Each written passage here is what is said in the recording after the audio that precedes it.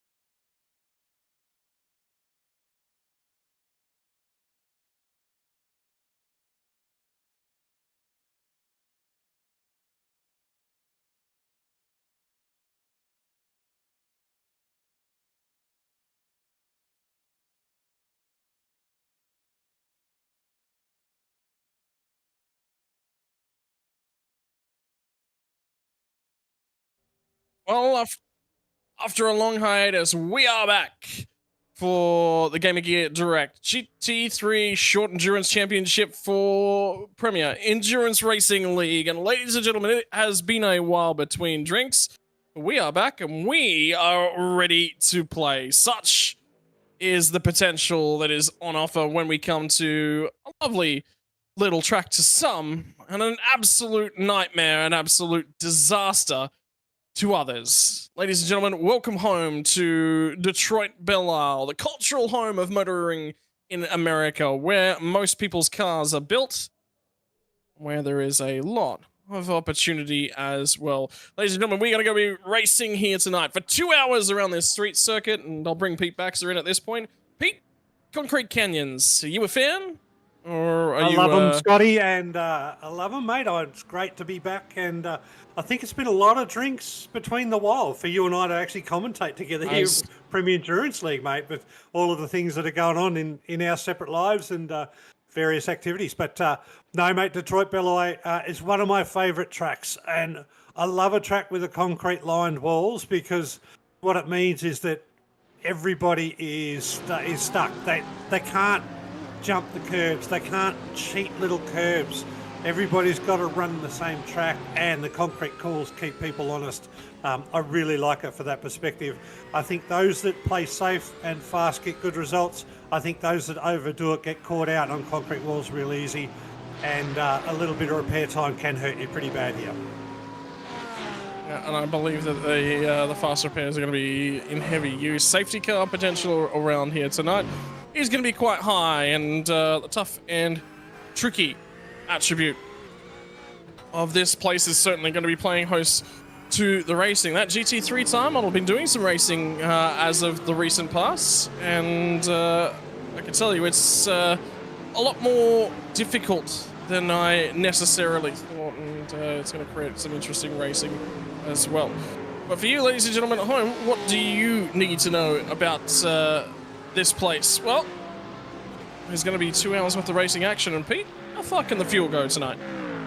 Oh, that's a really good question tonight, boys. The fuel tank for tonight is set at 45% of the GT3 cars. So, for example, most of them are about between sort of 100 and 110 litres, depending on what mark or make you got in the GT3. Tonight, that'll go about 33 minutes, Scotty. So we are looking at a 3-stop race, and there's very little overlap opportunity in that 3-stopper too. So I think we're going to see the bulk of the field pit within a lap or two around about the 33 minute mark. Safety cars will obviously take that out a little bit, but if you're in an incident and you've got to come through the pits and use that fast repair, I think you're destined to do a 4th stop. So it's light fuel tanks. We should see some fast times, but you know, we're going to see a lot of people on pretty much the same strategy because of that 45%. All right, so that's going to create some interesting opportunities for Volker drivers up and down the field. Will they be able to take advantage of it? Well, only you guys are going to be able to find out, and the only way to do that is to sit here and tune in. In terms of qualifying, how did that one go? Well, it's actually looking like we've got a few Porsches towards the front end of the field. That and the Audis are looking to be the quicker cars that we're currently seeing. Who will be on the positive end, though, when we get to the back end of tonight's racing action? That remains to be seen. No, that's right. As you know, Scotty, and those that have listened to us before, you know, our famous broadcaster, JP, not a fan of the Porsches, but I love them. I think they're a fabulous thing to drive. It's good to see the Porsches up the front. It's good to see Dean Mackay giving everybody a flogging in the Porsche and holding up for me. And for those that are on Discord, you would have seen me pay my debts back to JP because I've backed you Porsche drivers before, but you've let me down. So hang in there, Dean, and all the other rest. And I noticed that Stewie Shaw in a Porsche took out the win while I was away for the last round, so that's good. And let's see if Stewie can do that again. I called Stewie out earlier on when he joined us late in that last season as a potential race winner. So I was really pleased to come back and see that Stewie had a crack there and got a win under his belt. So that's really good for the series. Not all the same drivers win in each race, Scotty. Mixes it up. Does indeed. It certainly makes things a little bit different. And, I can tell you we've got about 45 seconds left on our warm-up period here at the moment. That is incredibly important for us as well, because it means that we're going to be getting underway with our racing action. It also means that the grid is coming our way in just a few moments. But for now, everyone's opportunity for the P-break, and I think that's going to be the important one. Fatigue, I think, around this place is going to be a big thing. You've got to be accurate for such a long period of time to make it all happen. And, yeah, that's just not going to be the easiest thing that we can necessarily do. That's an absolute key, Scotty. Being accurate, being safe, but being fast, and in an endurance race between the concrete walls. Yeah, it's one of the reasons why I really enjoy Belle Isle, I think. Because I probably, you know, personally, I tend to drive on the safer side of the curve in terms of racing. But so I like these kind of things because people that are a little bit more aggressive get themselves into trouble. But look, I think we're going to get to the grid very shortly, Scotty, and we'll see who's up there. There we go. Over to you, mate. Yeah, ladies and gentlemen, your pole position here for tonight, Dean Mackay is going to take it out. 127.650. Guess what? Takes it by 0.3 of a second. How amazing is it to see that being one of the bigger stories here tonight? We'll move a few steps up and down the field. And D'Eli Donaldson, Rain Campbell, Sam Chapman, Nick Wood, and Alan Dawson going to round out your front three rows. It's going to be Tommy Wallace from Trent Allen just outside of there, Stewie Shaw, and then rounding out 10th spot is going to be Rick Provenzali. Good to see him qualifying and qualifying well. Other drivers that are capable of strong finishes here tonight that finished outside the top 12, Eric Finson and Dean Reddit rounding out your 11th and 12th, 13th and 14th is going to be Adam Jepson from Andrew Dutch, 15th, 16th, Richard Mayer, James Mason. We're going to run through these pretty quickly because we're going to be forming up into our qualifying orders here in just a few moments. Richard Mayer, James Mason.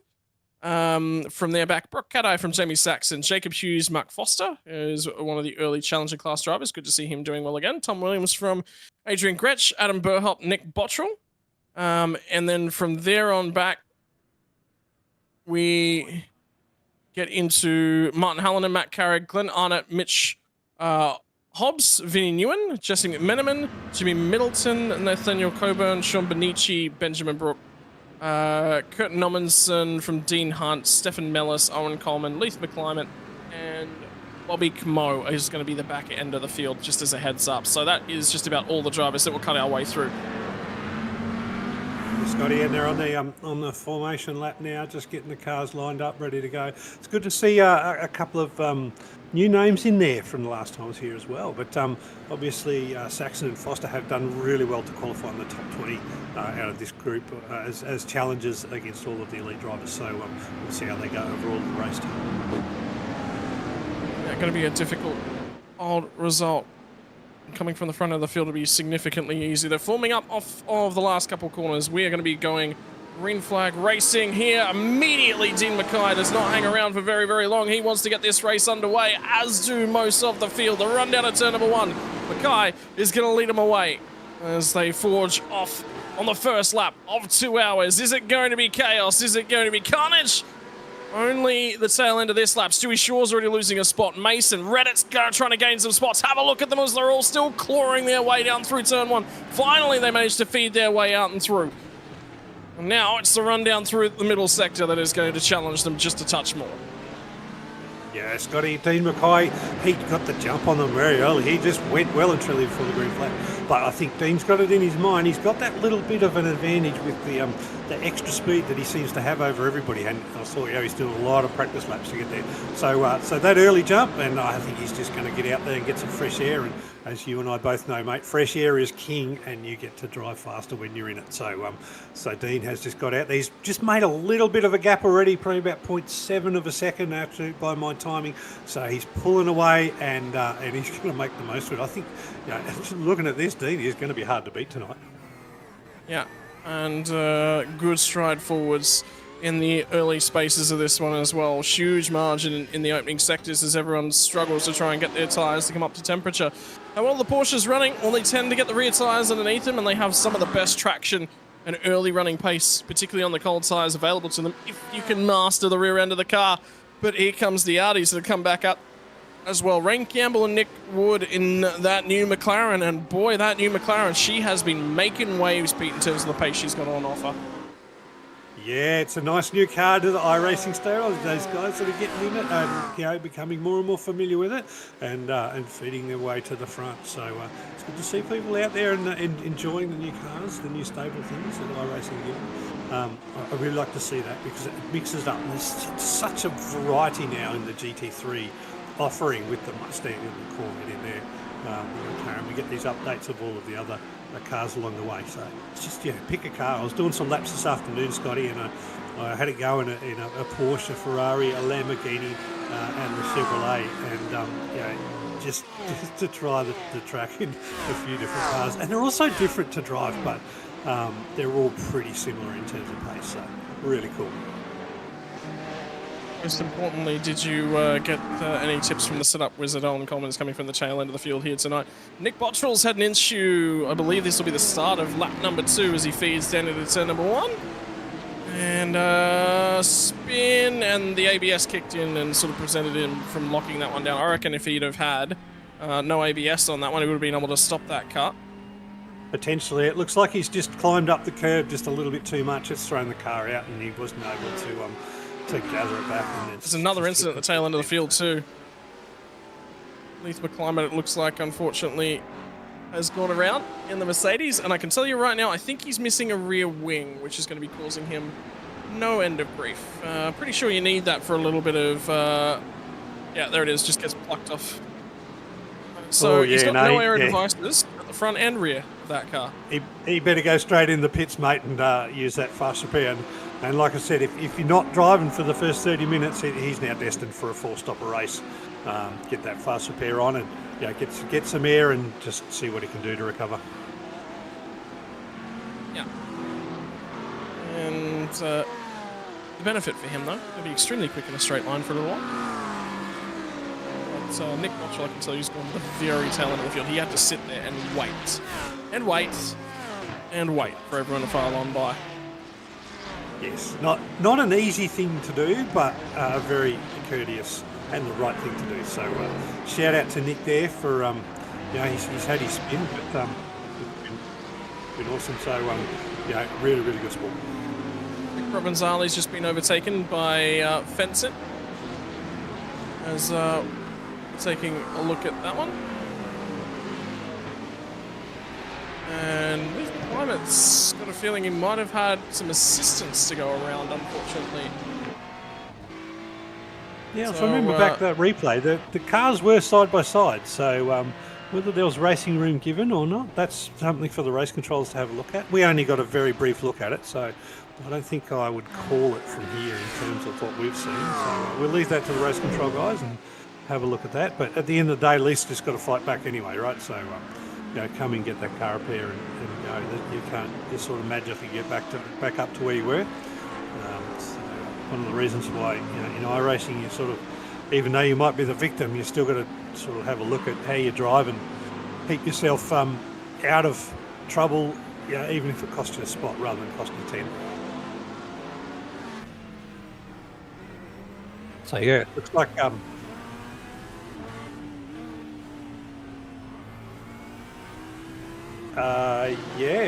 looks like well, Eli's currently in P31.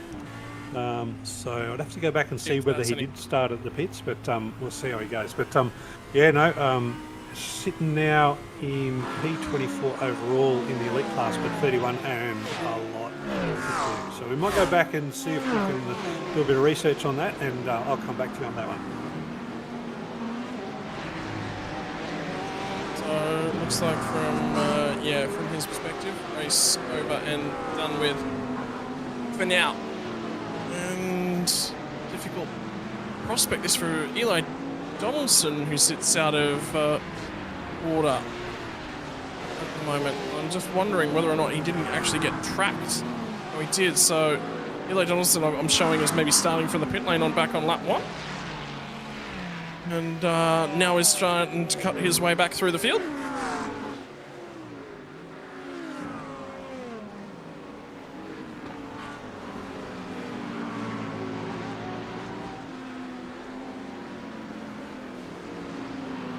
So for now,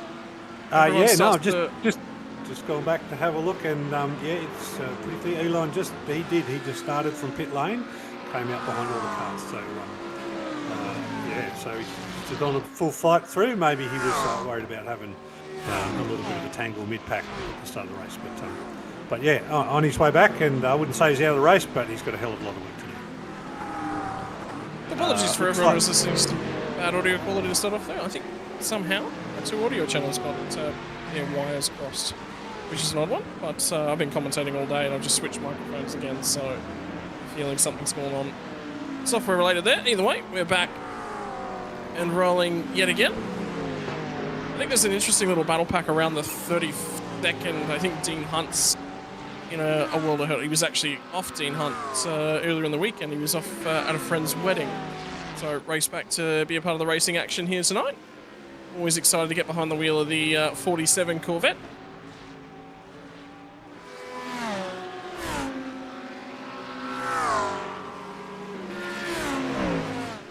So I think there was an incident that just came through from race control. So Eli Donaldson happened to be the car that was in behind Leith McClimate, potentially. This is the only one that's being pulled through for a view from race control. So I would say that they had a look at it and there was no contact. Eli Donaldson, yeah, there's Leith McClimate. But McClimate's wide. Could be what race control. Looks like Leith McClimate has understeered a little bit through that corner. He's come out and probably done that more to himself, and Eli sort of just got around him and kept going there. So certainly nothing to Eli from that replay. That'll be another interesting one to keep an eye on. I will do the Jimmy Middleton happy dance report. Rick Provenzali has lost a spot from the start, and Jimmy will be very happy to hear that. As long as Jimmy finishes, mate. He's got to go in the pits 3 times for fuel tonight. I mean, he hasn't done too well when he's had 2 stops in the race, so now he's got 3 stops and he's still got to get there. Be interesting to see. I reckon the driver's going to take the tyres at the halfway mark. No tyres with the first stop, 4 tyres with the second. Wow, that's a really good call, because I tell you what, I mean, you can drive a GT3 quite comfortably for an hour, right? I mean, the tyres really do okay over a normal full stint for a GT3 car, which is just over an hour. Was that somebody in the background? Was that Ricky Provenzali in the background having a hit there? No. Matt Carey just had a little bit of a touch with the wall, and he's going to come in to get his car repaired. So a couple of cars coming in. It's way too early for a pit stop, so these cars are destined again for these are 4 stoppers. It's going to be a long race without a safety car if you're coming into the pits already and touching the wall. Carrick's got a black flag from somewhere. Is that on the way into the pit? I wonder whether or not he's sped on the pit lane entry. You know what? His pit lane speed limiter was not engaged, so the black flag for Matt Carrick is causing the way into the pit lane. He hasn't got the pit lane speed limiter down. Keeping an eye on Alan Dawson at the moment in this little battle pack at the moment for through 8.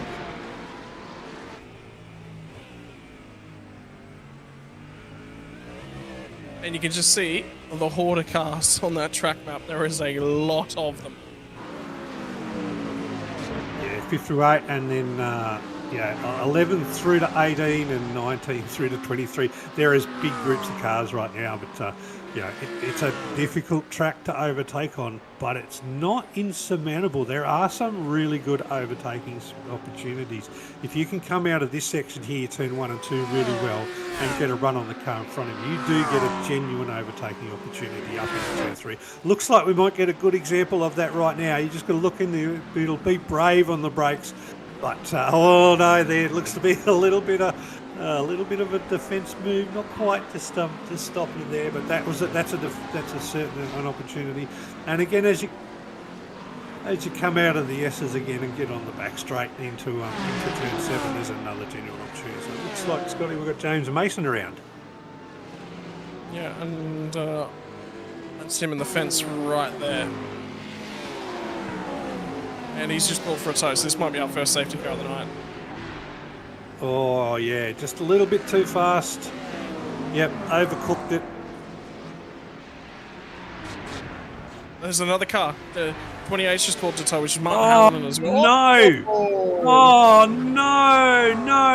Oh, that's terrible. That was a really, really poor, unsafe rejoin there. That was a complete lack of awareness. I think, we'll call that out. This is really bad drive. No wonder he's got a request for tow, mate. I mean, the driving incident's so be it, that happens, but yeah, you've got to be aware of other cars on the track before you come and join again.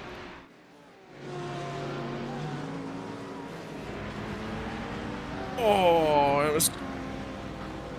it's a Ferrari. It's a blue Ferrari, and I reckon that might be the 28 machine, which will be Martin Hallinan. And he's in quite a compromised location, so he's been given permission to clear. Yeah.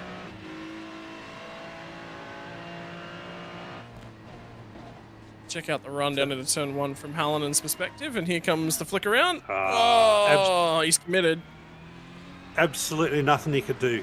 Absolutely nothing Marty could do there. Yeah, feel sorry for him because that's going to hurt him for the race. He'll get in, he'll get his fast repair, but he's going to lose a whole lot of track position, catch back up. There's my man Fozzie in the lime green machine, Scotty. Haven't seen him for a while. Good to see him on the screen. I need to find a flicker.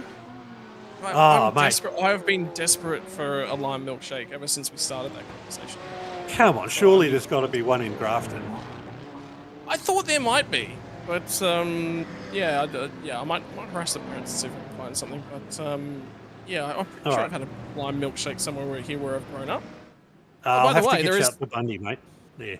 There is now photographic evidence of Pete and I meting each other. Yeah. Not over lime, not over lime thick shakes either. No, it was a Grimace shake though. It wasn't too bad. I did enjoy the Grimace shake. But for now, the Print Racer safety car is doing a full few laps here to recontrol that field on behalf of race control. Scott Bartain behind the wheel as well. It's been good to see Print Racer, and for those of you wondering what Print Racer do, well, it's right there. They print racing accessories. If you're looking for a bit to make your sim rig a little bit more complete, you don't know how to attach some bibs and bobs to the simulator rig, well, get in contact with Print Racer. They will be able to sort you out.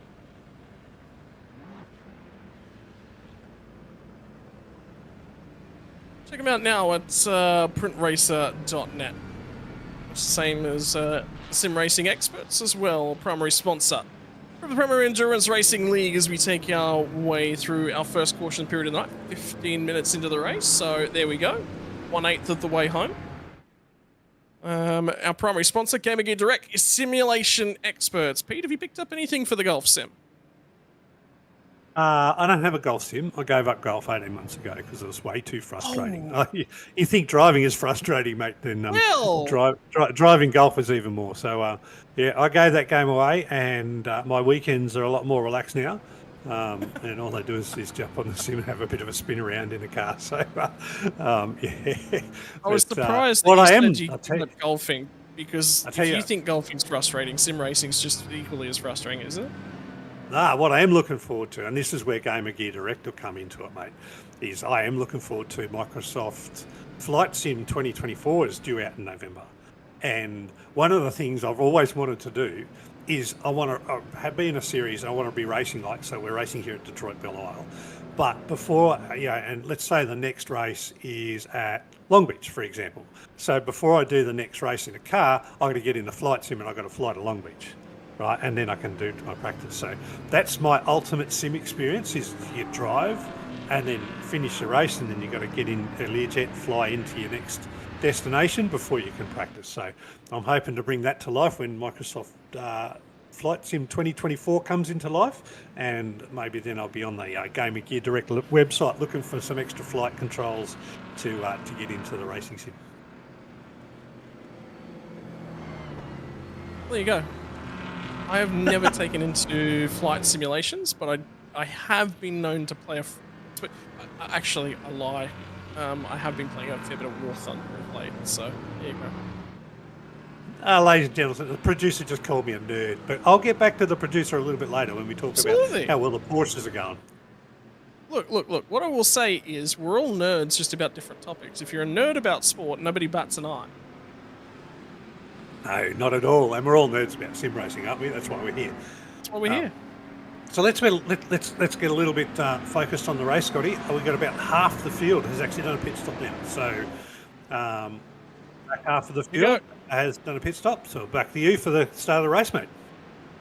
I don't hate the guys at the tail end who have looked to try and get themselves a little bit ahead on strategy. Their final splash and dash is going to be 15 minutes shorter in terms of the fuel they need to add from the front end of the town. Dean Mackay led every lap today, put it on pole, and he will try and run away once again, ladies and gents, on the run down to turn number 3. Short little racetrack, this one too, Pete. I think it needs to be said. 3.78 kilometers, 3.8 kilometers, just shy of 20 meters shy. But lap times about 1 minute 30, and that's just because the low average speed of the place. It's got that staircasey vibe right through here that the street circuit of Adelaide's got. Boy, that place can't come soon enough. No, absolutely. But also, it's just got that. You can't go too hard, because if you understeer, you hit the wall. If you oversteer, you hit the wall. And we've already seen that, and it's going to cost you positions and time. So it's safe driving, but still fast driving, because there is absolute competition on here, and people just want to have a crack at everything. And they don't quite eat their young in this series, but it's going to get pretty close, I think, at some stage. Just keeping an eye on a couple cars that are battling away at the moment, and they're just in behind that severely aero-affected car of Leith McClimate. So for 24th on back is the list of guys that have made their first pit stop. Adam Burhop is the guy at the head of that queue. And have a look at that Mercedes just ahead of him. That is, I think that's the road-going variant of the Mercedes, isn't it? It looks like it, mate. Certainly doesn't look like a GT3 car. But Sam Chapman in P16, he's done a pit stop, and he is sitting. He's got a gap of half a dozen drivers that are behind him to Adam Burhop. So Sam Chapman's sitting in that sort of position. He's sort of snuck in and out of those pits without losing too much track position. So that's a little bit interesting. And that'll be scary as well for our race leaders, because they'll have to keep half an eye on him, but he's buried in traffic and it's very, very difficult to pick him up where he sits right now. It is right now. I think it's going to be difficult for anybody really to make much advancement the way the traffic is at the moment. I think they're just going to let the race settle. But to be honest, we're really only about 12, let's say 15 minutes now, given that we had that safety car, from the front of the field pit stopping. So now we've got a race in two halves, Scotty. We've got half the field have already done a pit stop. We've got the front half of the field are just going to run on standard 3 strategies. I think that Dean Mackay, knowing that someone like Sam Chapman has already pitted, you just got to go pedal to the middle, and you've got to get that gap out, because you will sort of come in or come out of the pits into traffic now that some of those cars have pitted, and that could slow your overall race tempo down if you get stuck in traffic for 10 to 15 minutes of each pit cycle. Well, I think this one we understood was coming. It was for that unsafe rejoin. Drive-through penalty for the 777 machine. James Mason, but I can confirm that he was issued that penalty, and then about 5 seconds later he was left the server. So I don't think that was in response to the penalty. I think he was done for the day. I think he was just walked back into the room, or took a walk away from the sim rig and came back, as we sometimes do when those sorts of things happen. I will say it didn't look like that was done out of frustration. No, and he was 4 laps down even before that penalty was issued. So he probably, I think James might have known that he got it wrong. But hey, never mind. Let's focus on the positive. We've got a cracking race out in front. We've got Dean Mackay pulling time on Ryan Campbell and Nick Wood. So he is genuinely showing the pace that he's got. And then we've got a great fight between P4 to P9 with from Alan Dawson down to Adam Gibson. With Ricky Provenzale just giving Jeppo a little bit of a gap, but staying in the fight P10 where he qualified. Couple words coming our way out from YouTube chatland at the moment, so it's good to see everyone back and in amongst things. I want to say a big shout out to How Are We All Night from Greg Brooks. Not too bad. Not too bad. I'm glad I'm in the commentary. This is one of those rounds where I sit here and I'm like, yeah, no, they can have all the racing fun to themselves. I'm good, thanks. It's good. I got to say, you do sound a little bit tired, but it's probably because of the work that you've done all day today. Yeah, and I reckon you're right. You probably don't want to be commentating all day and then jump in between the concrete canyon of. I will. There's move on the cards at the moment. Tommy Wallace is trying to go around the outside. That's looks like on short. Eric Fenson, my apologies. Eric Fenson going around the outside of Tommy Wallace to get that move done. I can tell you, Eric Fenson's just gone purple in the final sector of the lap as well. So a little bit of pace on board this Ferrari once the fuel comes out of it. And we are probably about 2/3 of the way through the tank at the moment, which will be helping that pace. Big tyres around him have just sort of eked off a little bit, but he's got some drive. He's put that car in some nice spots. Yeah, no, look, I'll be honest. I was actually given an offer by our good old favourite league admins. Yeah, come race this one. No, thank you. I'm good. I feel let down now. They didn't give me that offer. Bloody league admins. I have to have a word with them after this, I think. I was doing some nice practice laps. I got to a low 29 in the Porsche this afternoon and compared myself to Dean Mackay's time and then had a bit of a chuckle. I went, I'd be down the back there quite happily. But I think I'd be racing about a mid-pack, I think, with a low 29. I actually have done some racing in the GT3s in Interlagos this week. What I did learn from that is, oh my god, how much fun is this tyre model to work on? Because you can overcook the tyre now on the GT3. You can punish the tyre, and you will pay the price for it. And it's a tyre you've got to love and caress and bring in, and the tyre whisperers among the field will find a benefit from it. It is not an easy tyre to race on. Yeah, it looks like Ricky Provenzale, he's putting a little bit of pressure here on Adrian Grecht. And he's just having a look left and right as he comes out of 3, 4, 5 and 6. He's just dropped off a little bit coming the exit out of 6 there. But Ricky's not messing around tonight. He did get in there, get stuck into qualifying proper. And I think it's really good to see Ricky racing properly, Scotty. I think we've all been waiting a long time for Ricky to have a real proper go qualifying and get in there and race with these guys. He's brought, done a lot of work to bring a field together that is such a good close group of racers. There's no real alien that's just driving off from everybody, although Dean Mackay's probably doing that for us tonight. But in the main, the field is close and it's good racing. So credits to Ricky for that. And yeah, you let him get in there and you know, enjoy the racing. Enjoy racing with people around you that are about the same speed.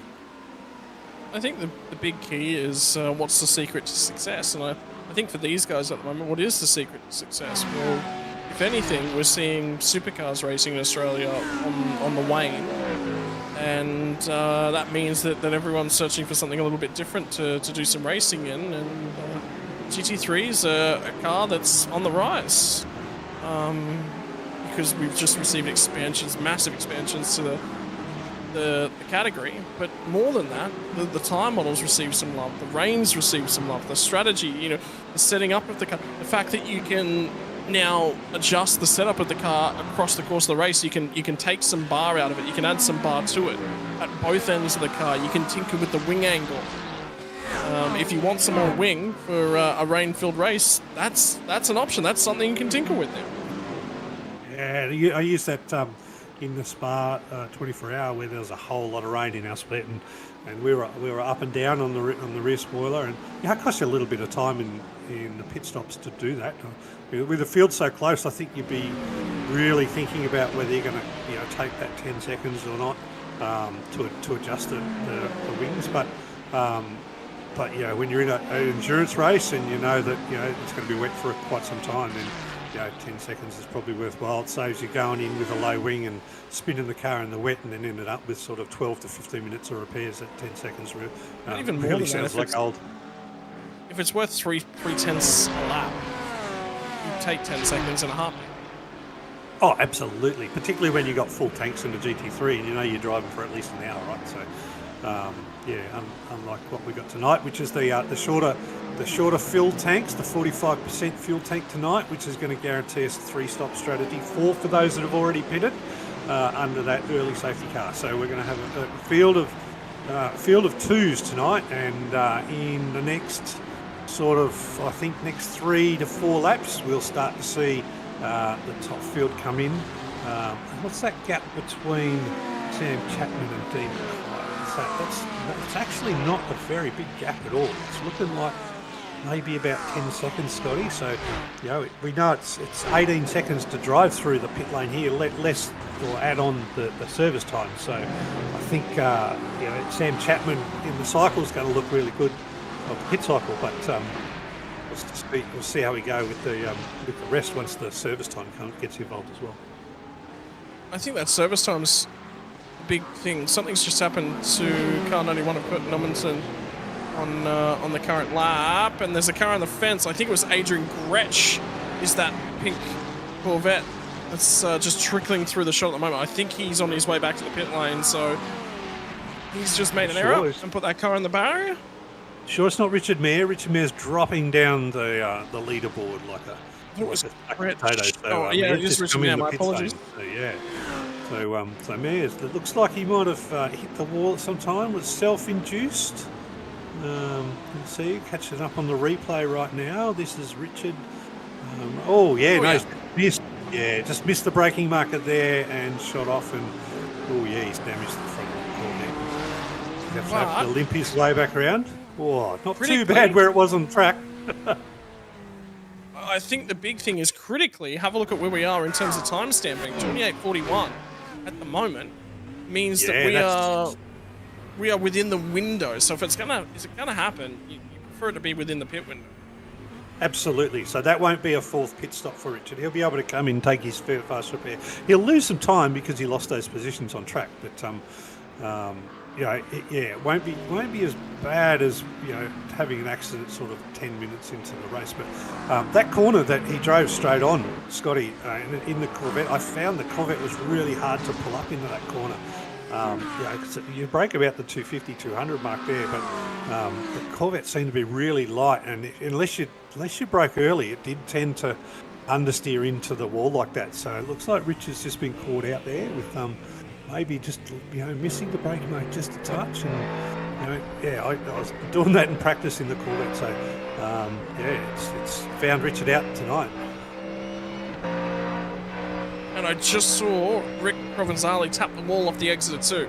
It was a light touch, but it was directly on the right front tyre. So he's He's in a world of pain at the moment, and I apologise to our viewers who might have just heard me groaning a few moments ago.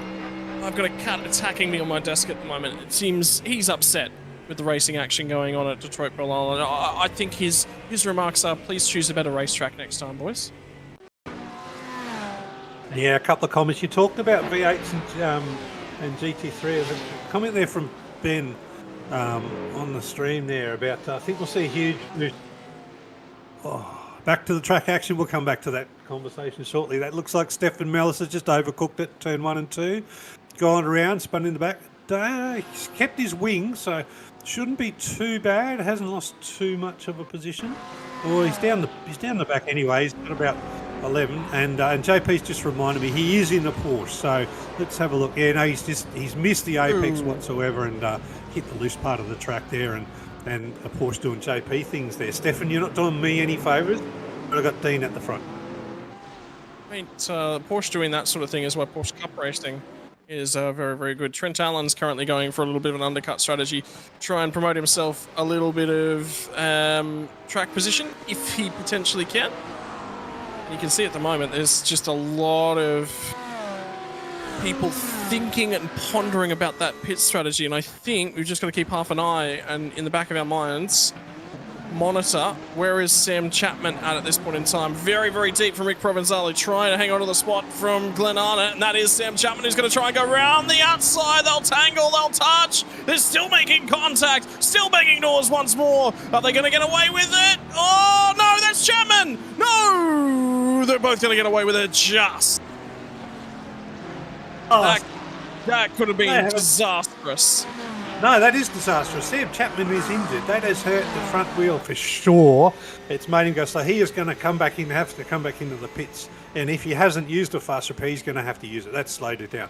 That was really, really aggressive driving by both of those cars. Banging side by side like that seemed to be a little bit unnecessary, Scotty. And I know you're fighting for position, but that was like a very aggressive move. Is he going to be able to crawl this around? So the problem he's got is if he pits now, he's just on the same strategy as everyone else, right? So surely you want to take this a fair bit. Well, there's a slow car, that's Stefan Mellis, getting out of everyone's way as he just shoots through the shot. That was that slow light blue color car. He's in. He's coming in. Yeah. And that'll be the fast repair, I think. Yeah, I don't think he had a choice, mate. I think once he's hit that wall, he's probably got wheel damage there, and he's going to have to come in. And it's kind of a shame because he was in a really good position to set this race up, being out of cycle. But we've still got a lot of cars out of cycle, and I think we're going to find that the pits have started. Dean Mackay's in, so Ryan Campbell, they're in, so they're in for their pits. So we'll see who comes out and where they come out behind cars. I'm pretty sure they're going to not come out in front. They're certainly going to come out in traffic, and we'll see what that does to their race now. That'll put someone like Dean Mackay, who's had just a clear run and been driving really fast into traffic, and you and I both know how hard it is to overtake while there are chances. Things can happen. Something happened to Sam. So Sam Chapman, I don't think has taken his fast repair. He's got a meatball, and he is stuck in the lane. Because I was about to say, he should have popped in. It should have been a quick up and down off the jacks. Grab that little splash of fuel that he needed, and Glenn Arnott now has caught the barriers and I think got a meatball. Oh, Glenn Arnott is crabbing at the moment. What is going on here?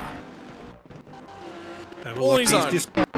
All on his own. He's just come out on cold tyres, hit the accelerator, mate, just spun the car in the inside wall. That's a really odd thing to do, though. I mean, to spin that so early coming out of the pits, he must have been really hard on the lock. No, it's right as he crests the hill.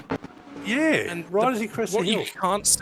What you can't see is on the left-hand side of the road there, the wall actually juts. So it's straight, and then it just has this little elbow. And right where he's hit the wall is where the elbow is on the left-hand side of the road. So, yes. Yeah, but that just has to be cold tyres and heavy acceleration, right? At the same time over the little bit of that. And, quite unlucky there. It's going to hurt him up. Sorry about that little bit of flicker in there, everybody, but JP's getting all on top of it, and hopefully it'll clear up for the rest of the race. But Oh, geez, some action there, Scotty. And, where's our man Sam? What's happened? Is he stuck in the pits? Yeah, Sam Chapman is still in the pits. So it looks like Sam Chapman's almost pulled the pin for the night, and he was in that box seat to give us an alternate strategy. Yeah, well, it's changed a bunch of things up. In particular, who's the lead on that strategy as well? Well, the lead on that strategy now, Adam Burhop. So Adam Burhop, Andrew Dutch, Jacob Hughes, Owen Coleman, Mark Foster, the Challenger class driver, Eli Donaldson and Tom Williams. So P1 to 7, they're all on the alternate strategy. So they pitted when the safety car was out. Dean Mackay is the first of the pitters that did the natural pit. So Dean's found himself down in P8 after that pit cycle. Look, once you're in P8, you just got anything can happen once you're in traffic like that when you're a fast driver. Yep. And Glenn Arnott's popped a few whacks on the chin for this one, so there's a couple penalties we're going to have to describe. So the penalty, he's just received a 5-second penalty for contact with the contact that we did see a couple laps ago. And then after the spin coming out of the pit lane is that's what's received him a drive-through penalty, because not only has he had the spin, he's towed without permission, which has denied effectively the rest of the field the opportunity to get a safety car. So those rules are important for a place because if you do tow without permission, it changes the construct of the whole race, right? Yeah, absolutely right.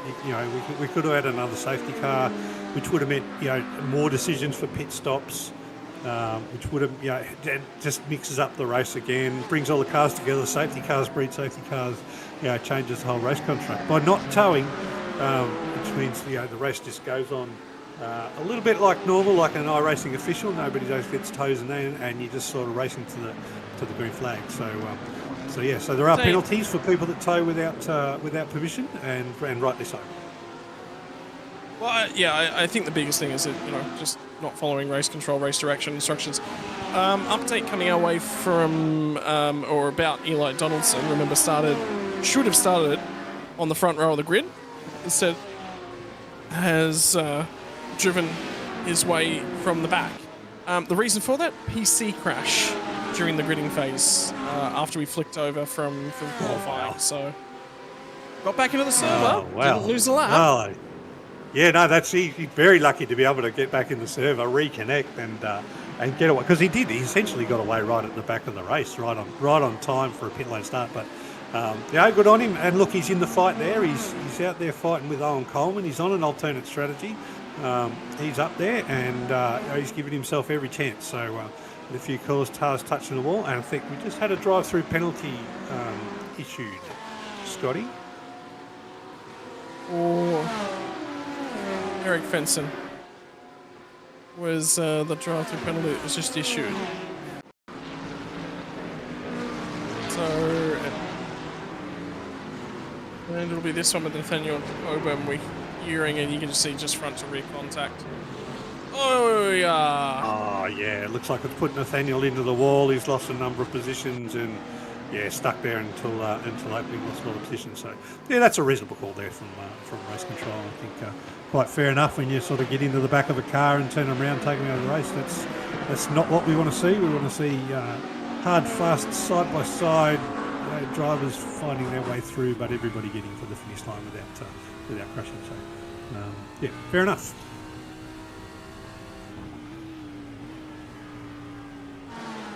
All right, so let's get back to that conversation, Scotty, we're having about GT3s and V8s. We reckon, old Ben's called out, he reckons that we're going to see a huge influx in V8s when Gen 3 gets released in iRacing. Yeah, but I understand at the end of the season. I don't think so. Look, I think those that are driving V8s now, the supercars now, are keen to get the latest generation. I'm not necessarily sure that GT3 drivers are going to jump back over to the Gen 3. There's a lot of talk even from sort of people that, you and I are on the in with that. V8 supercars are on the nose, and GT3 is the future of Australia. So it's a wildly large talking point in Australia. So I think I've it's got, cool to, I've that got we a supercars. huge responsibility with the words that I say because a lot of people do. I do feel a pressure to say the right things about the generation, everything that's coming. I don't like the current supercars product. I'm not saying I don't like where it's headed potentially for sim racing. I think the sim racing product could be extremely good.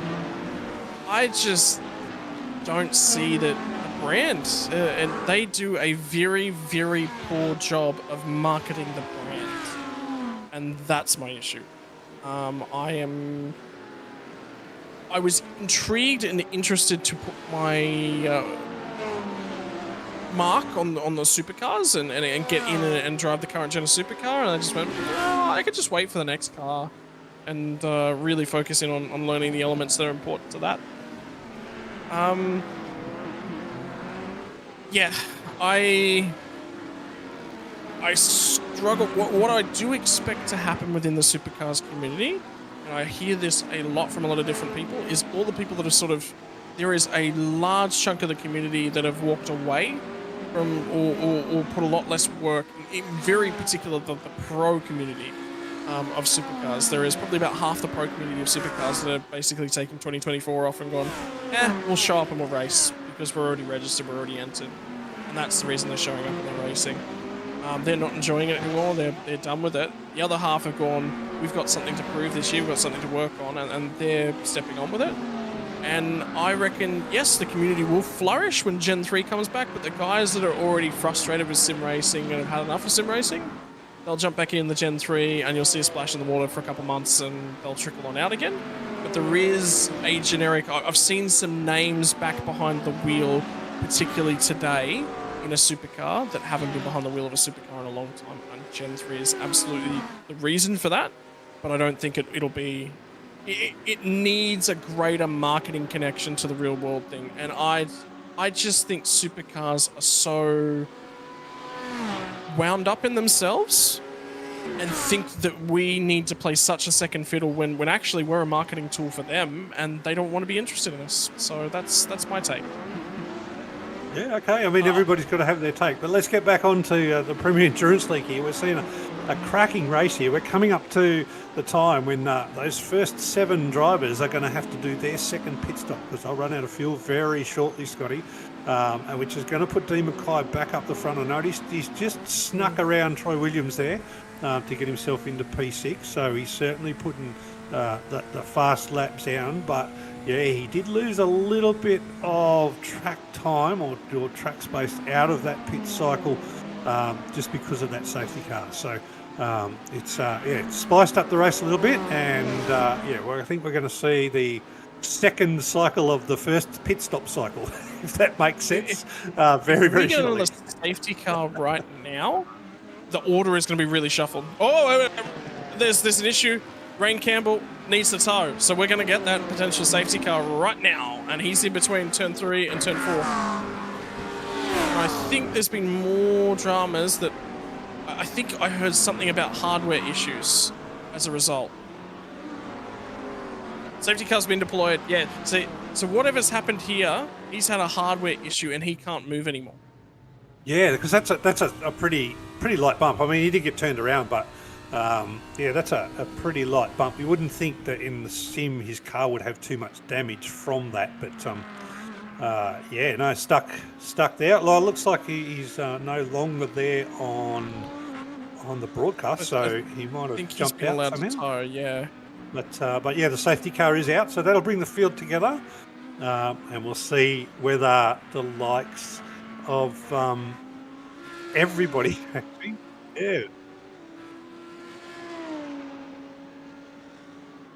So Eli Donaldson gets to the point of the race. He is now leading the race after effectively starting from pit lane. So this is going to be everyone pressing on at the moment.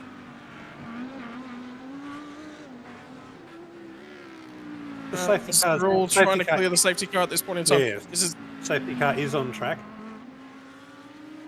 So there's a lot that's going on at the moment in the in-race chat, which is very, very important and critical to the race timing. that we're handling at the moment, and the reason for it. So what's happened is there's a bunch of cars that have sort of gone on and haven't pit, and now they've come in, and now there's a bunch of cars that are shuffling back the other way. Dean Mackay's stayed out because he wants the track position right now, so he's going to lose a little bit of strategy position.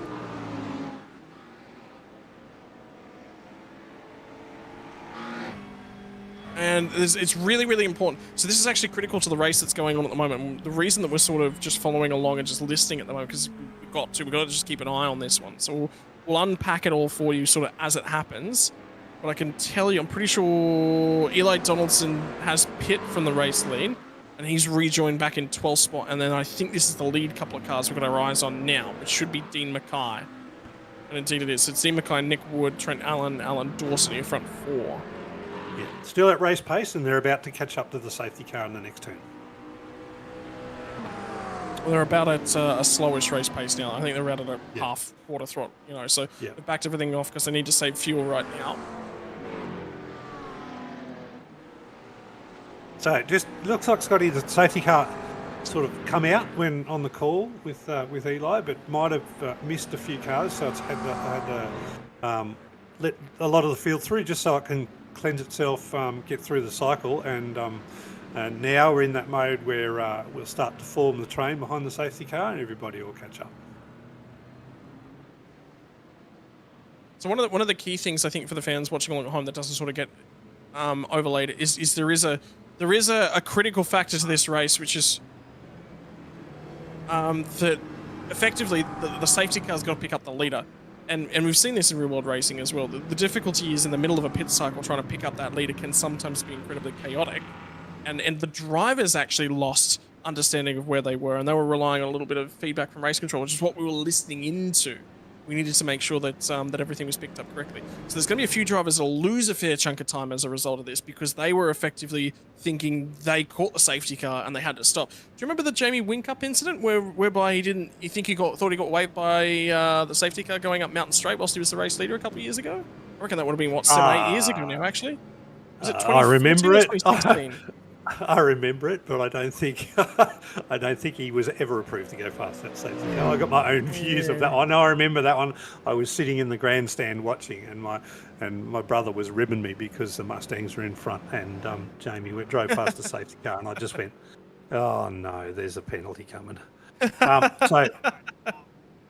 So yes, I remember that live. But nevertheless, we're back here now, Scotty. It looks like everybody's done, and well, not everybody actually. It looks like the first cycle pit stops have done another pit stop, and that's Adam Burhop's leading that group in P13. Eli Donaldson's the latest of the pitter, so he's up in P12 now. So I'd say he's leading that group. The guys that are on what I'd say is the standard strategy, that's the top 11 at this stage. So leading by Dean all the way down to Adrian Grech there before Eli Donaldson. So we've still got a race of twos, mate. Yeah, and it is still an interesting one because the strategy's been normal this year. I think. Well, actually, it hasn't. So we do still have a mix of strategies up and down the field now, but it's more of a shuffle. They're sort of closer together. I think the biggest differential we've got in in pit strategies now is 9 laps, which is Trent Allen sort of came in at the end of lap 19, so it'll be 10 laps. No, it will be 9 laps. My apologies. End of lap 19, and then everyone that's just pitted came in at the end of lap 28. So 9 laps. So yeah, so it's still a race of twos. Still got people out of cycle. We've probably got 15 to 20 minutes. So before the standard cycled crew, led by Dean, will need to come in for their pit stops. I think they've got a good chunk of time to try and, if we don't have any safe cars, to try and spread the race out and just get some bigger gaps. The top 10 have been the fastest all night, noting that Eli Donaldson from the pits has made some great gains up to P12. But yeah, these guys that are at the front, they have been the fastest. They just need some long green track time to build a nice gap and get a buffer so they can do their pit stops without getting into too much traffic. It's just a bit of debate on the radio as well. Jacob Hughes has just been informed that he doesn't have a rear wing. Jacob quietly commented back, "Yep, I'm aware. Moving on." It's kind of like walking out in public without a pair of pants on and somebody pointing it out. You're going, "Yep, oh, I know, I'm aware." Yeah, and the car probably acts the same way. It shows you a little bit more bum, doesn't it? That's getting clipped and highlighted somewhere. I'm not getting away with that. Hey, you brought it up, Scotty.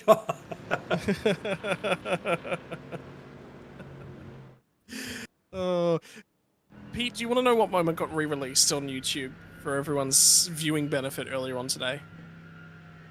It's my least favourite moment in sim racing. Do you want to know what my most embarrassing moment in sim racing is? Whoa, big checkup. Go for it. Tell us while we're under safety car. I was leading an IndyCar race with 5 laps left to go, under safety car period, and I dumped the clutch and spat the car on the fence. Whilst in the lead, under safety car. Oh, we've seen that tonight, though. We've seen people coming out of the pits and dumping the car and spitting it into the Yeah, but they didn't lead the race. You're not alone. You're not alone. You've got lots of company here in the Game of Gear Direct Premier Endurance race. Yeah, I do. I think I needed a new Game of Gear Direct wall after that one. There was a few.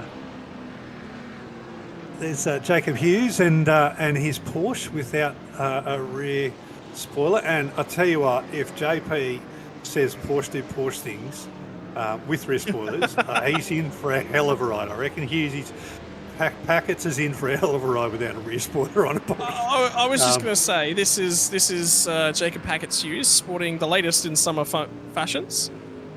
But I'm telling you, mate, if he had to pick the Lambo, I bet you he'd still have his rear wing on. But he'd be hating his life, so, you know. I'm disappointed. This isn't the old pork sword livery. There used to be a very, very pretty pork sword livery sported by Jacob Hughes, which he doesn't have on anymore. So he will tell us stories about that car. Also, a very cursed Porsche. I can tell you that much. Yes, I'll tell you what, he's going to do really well to keep racing like that without a rear spoiler. I'll be mightily impressed. I'll keep an eye on that. So, yeah.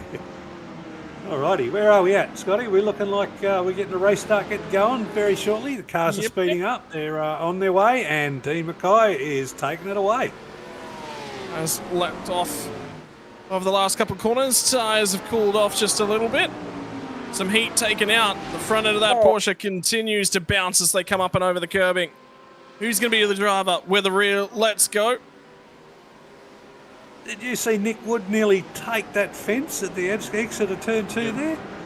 Oh, geez, I reckon that McLaren's got a little bit of a toothpaste scrub on it, maybe.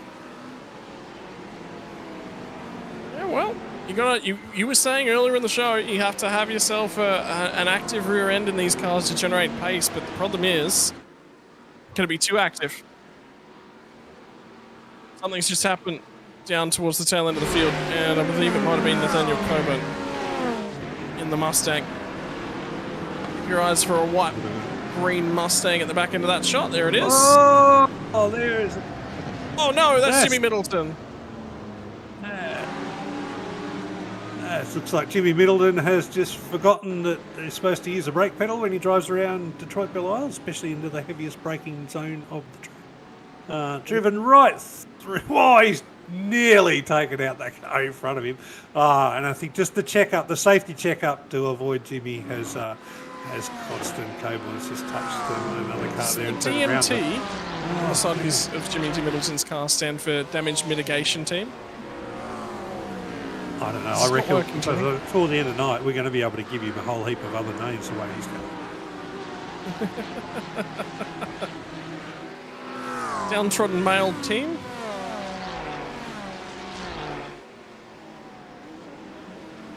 Dented and menacing racing team. I think that describes Jimmy very well. But for the meantime, Stewie Short sits 5th place on the road as it currently stands. Man on the move, up 4 spots. I tell you what, Trent Allen is on the move as well. He's up 5 spots to 3rd place on the road at the moment. But his Mustang just shot through the front end of that shot.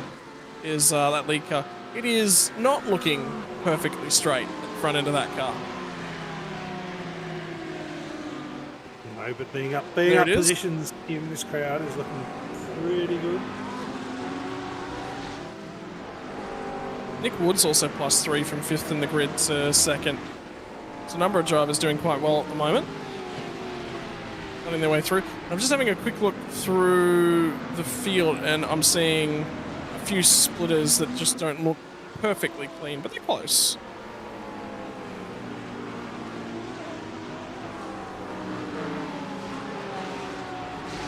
The 727 machine of Nathaniel Coburn for an incident on lap 32, which was the restart of the race. As that might have been related was to an the issue. Jimmy Milton crash, mate. So yeah, I was surprised to see a penalty out of that because I felt the 2 cars were just checking up to avoid what Jimmy was doing on his own, and yeah, unfortunately, he did turn down the car, but yeah. Thought it might have been unavoidable, but anyway, you know, it's race control made that decision. I guess they felt that there was an opportunity for Nathan to take it a little bit easier and be a bit safer. So, you know what? DMT might stand for Dream Machine Team, because it is a dream for that car to find the end of the race in one piece. Meantime, having a look at the front end of the field, it was still seeing this battle pack all boxed in and around 5th spot. And at the moment, Stu Shaw looks a little bit like the cork in the bottle. Everyone ahead of him has gapped him by about a second at the moment. Might just be trying to look after the tyre a little bit in the first phase of it. Well, wasn't qualifying pace from Stewie Shaw, unfortunately, tonight. Was the back end of the top 10, but he has made progress. I was going to say, you know, is that a car that was quick in qualifying and its race trim is just ailing a touch? But no, it seems to be the opposite is the case. Quick in race trim, where it didn't necessarily have the outright pace in qualifying. Yeah, it looks like Jack Hughes has picked up a 10-second penalty there for causing an incident on lap 27. So something that'll get added to his end time. We've got a couple of comedians on the chat, Scotty, saying spoiler alert, it's not going to end well from JS, and yeah, Ben straight in. Nah, it'll be incident free to the end of the race, right? So I reckon with over an hour to go, I think we're a long way from the end of the race. I think there's still probably a few more incidents to go, but we've got this multi-pit cycle thing going on, I don't think we can call it. I know Dean's been fast all the time, but I don't think we can call it because anything can happen in terms of pit cycles and incident timing in this race so far. Adam Burhop's another driver that's been on the move actually as well. And he's on the move in terms of strategy at the moment as he sits 12th on the road, plus 11 spots. He certainly made work for him. And we're checking in now with the leader of our Challenger class as well, Mitch Hobbs, 15th on the road, also plus 13 spots. That's a great drive. I think was it Rich that qualified the best out of the Challengers, and he's managed to start there. Looks like Mark Fosler qualified second out of the Challengers, has dropped down to 21st. But Saxon and McManaman in between them. So just fighting into the top 20, the Challengers, and you know, they get some points up there. So you know, one of the things about what I see in the points is you really got to get a good result as a Challenger driver to get some points in this league. So, you know, there's some guys that are generally up there or thereabouts. You know, and occasionally we see them getting up and fighting into the top 10. So we got a little bit of look there in turn 3, but I think Mitch has survived that nicely. Denny New was just having a look in the Porsche, but you know, got away with it, pulled out just in time, and got away with it. So plenty of cars fighting really closely, Scotty, and I think lots of action still to come.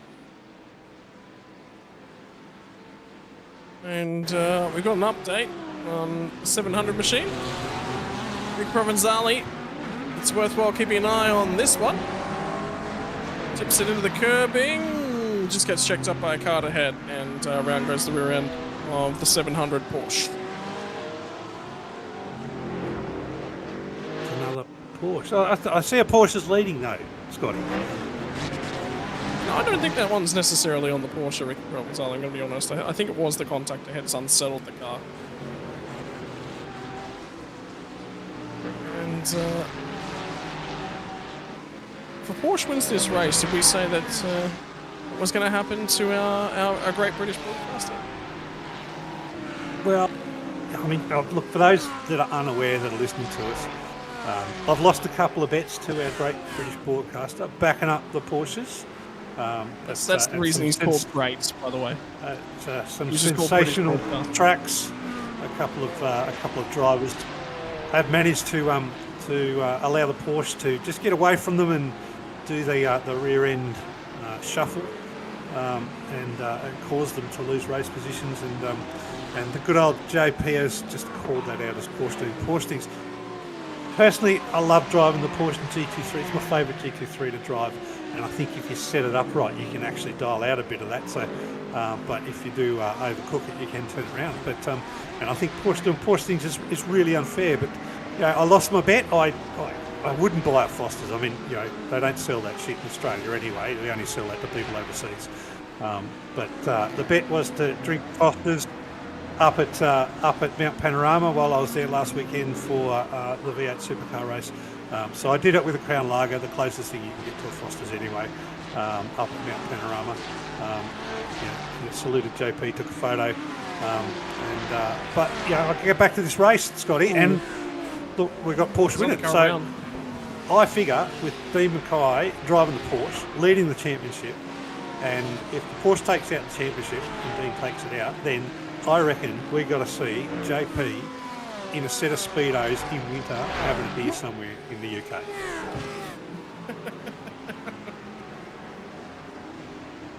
Something's happened to Sean Bonici on the most recent lap as well. I think there might have been contact involved. Hearing it might have been Nick Bottrell that was involved as well, so looking for this to tell the story. That's in deep.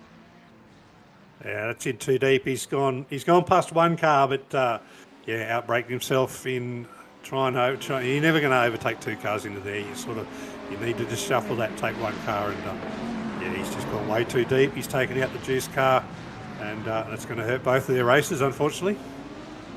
I think we'll see a penalty coming from that one. There was a wiggle right as he got under braking. I reckon that might have been the finishing off factor for Bottrell. Yeah, it's a bit of a bumpy braking area, that too. So it's not surprised that if there's a little bit of a wiggle, it's probably overshot him and put him out a little bit. I didn't see any wheels lock, Scotty, but yeah, that is a bumpy braking zone, that part of the track. And immediately jumped on the radio and did apologise. So, but he was definitely out of control down into that braking zone. I'm just seeing Dean Mackay start to really pull away. He's out to like a 3.8 second lead at the moment, so has control. Has control. He's got control and then some. He's in a Porsche too, JP.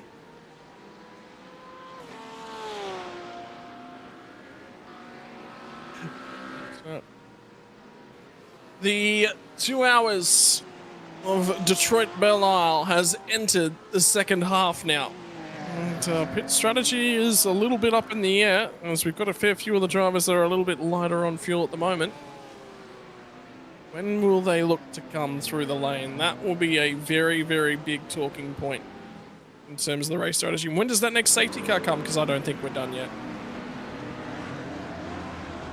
No, I agree, Scotty. I reckon there's another safety car in this race, but I would say in the next 5 minutes we're going to see a group of cars come in for what will be their second pit stop. So, what I say, 33 minutes for 45% fuel tank for this race. So, 33 minutes plus 2 safety cars. So, we could eke that out a couple of minutes of each of them, and let's say 35 minutes. So, I reckon we've got another 5 minutes. So, maybe 2 or 3 laps, and we'll see the likes of Dean McConaughey, Wood, Trent Allen, and Foe come in for their second pit stop, get them back into traffic, and like you say, a safety car at the wrong time, given that they're out of cycle, which might bring all of the others back onto a normalisation cycle, could really upset the race for the current leaders. But that is the luck of racing, isn't it? These safety cars can happen at any stage, and we've seen we are in between the concrete walls.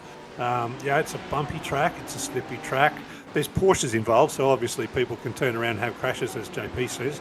But it's easy to miss a braking marker, it's easy to go wide, it's easy to understeer, it's easy to touch something, and it's easy to turn around and just get in the general way of everybody else who's trying to have a race. So, we don't know what's going to come up, and we'll see what happens as we take out the next 54 minutes of this race.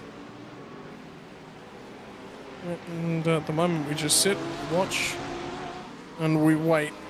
Because right now, a little bit of a battle pack caught in behind, I think, about Trent Allen, Alan Dawson. It's too short, sort of on backwards. And there's a few of them from about 4th through to 7th, and then there's another little battle pack. It's forming. Dean Reddit's getting chased down by Adam Burhop at the moment. We're still getting closer, and I think Reddit just dived to pit lane. So there's the first year pitters, Pete. Yep, so that'll be the first one. And remember, Dean and Nick, they went an extra lap or two. So, we know Nick Wood is a champion at fuel saving. So, maybe that's why he's dropped a little bit off Dean. Maybe he's expecting another safety car to come too, and fuel saving his way to the end of the race to save some little bit of pit time at that last stop or any of the stops. And we'll see how we go. But so far, the field has really spread out. I think Dean has genuinely just put the pressure on, decided that enough's enough, it's time to go. Something happened to Mitchell Hobbs, and he was leading the Challenger class. We nearly saved it. That's unfortunate. He nearly had that one saved. Now that is why he's no longer at the head of the C-Class drivers. He's Saxon on board at the moment, and now has the lead of the lower standard drivers. Doing a reasonable job off it too, staying reasonably clear on board that Ferrari 296. I don't like the term lower standard to drive. I'd say the humans versus the aliens, right? The aliens are all out in the front with ease next to their name, and we got the humans in the Challenger class just coming along and driving their heart out and having a good old crack at the race. So good on you, everyone in the Challenger class. I think you make this what it is. You're just saying that because you might end up with an E next to my name and you'd end up with a C. I know that for sure. Yep. In fact, I don't even know if I'd qualify for a C, mate. I'm probably not that fast. Create your own little letter. C's taken. I was going to say they can come up with letters for the commentary box, but we won't do that. How about this side at the moment going on for Rain Campbell? There you go. Good side by side. Yep. See, that's better racing side by side. Cars giving each other a little bit of space, Scotty. Yeah, Sam Chapman's rejoined the race, by the way. After all that's going on, he is 3 laps down as it currently stands, but he is back out there. Scoring points, better than not scoring points.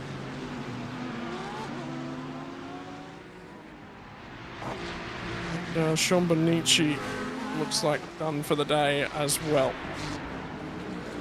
Yeah, well, Sean came in as a late request to join as a guest for the night, but hasn't necessarily finished the way he wanted. I'm sure Sean wanted to get through the whole race and see where he could come up, but never mind, Sean. Tough track to have a good race, and if you haven't done a whole lot of practice, I don't know how many times you raced here, but yeah, she's a tough one to get through, especially 2 hours. I think that pit cycle's now begun in earnest as well. Because I've seen a bulk more cars jump to the lane on the current lap. Which says to me the few drivers at the front that could have gone the extra lap, and they did on the last pit cycle, Nick Wood and Adam Jepson, continued on.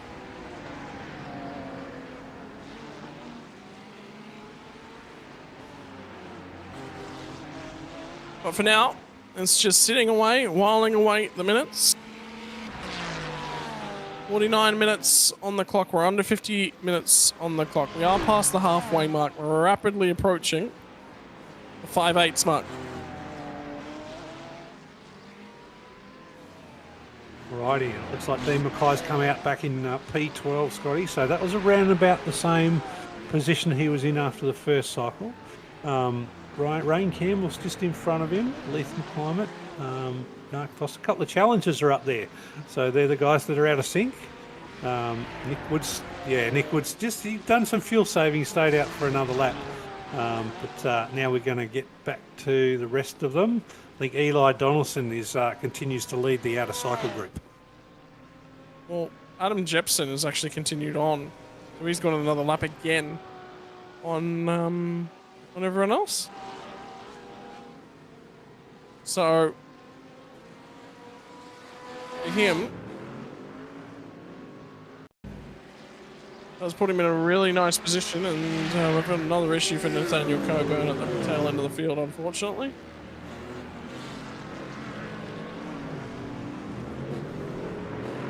I wonder, he's getting out of the way of the lap of the traffic, I think. He's just gone around, actually, at the moment.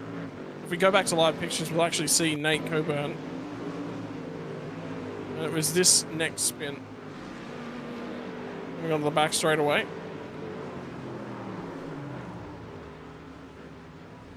He's on an out lap, and I reckon he's just taking fresh tyres.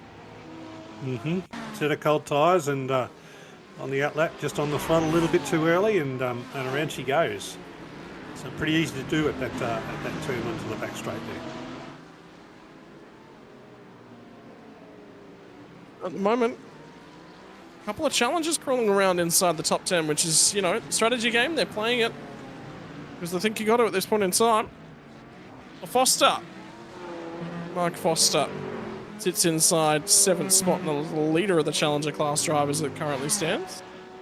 Has he driven a different car every season of this thing so far? Except for maybe 2 seasons in a row he drove the old McLaren. Yeah, first 2 seasons he drove the old McLaren. Oh, that was a beautiful lime thick shake paint. He's got all this, he's got this black on the front and the back at the moment, so he's got to get rid of that and bring back the pure lime that it is. But I could see that Nathan Coburn's had a good crack at doing that sort of thing too, so he's got the juices flowing for me. At this rate, we're going to end up with a milkshake flavour off in terms of liveries. There'll be a competition, I can guarantee you. Adam Jepson's apparently just had a shoes moment. Another car on pit lane exit. Same thing, Scotty. I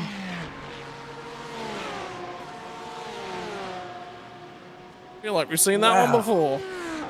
Wow, it's just surprising me that that's catching drivers out. I mean, how many times do you come out of pits when you're in practice, and and you're nearly always on cold tyres when you do it, and to get that in the race, they must be trying to push that little bit extra coming out of the pits.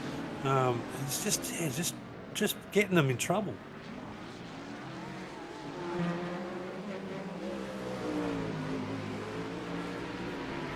Mackay's starting to have some issues with lap traffic, looks like.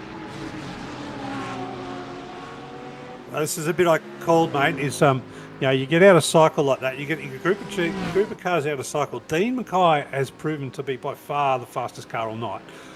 But now that he's stuck in behind a number of cars, and these cars are all fighting for position, they're not just going to let him go. He is going to have to race him. And this is where trouble can happen. So Dean can find himself in this next sort of 5 or 6 laps where he's going to have these cars in front of him, fighting for track position. with nobody really letting go, because it's not a lap car scenario.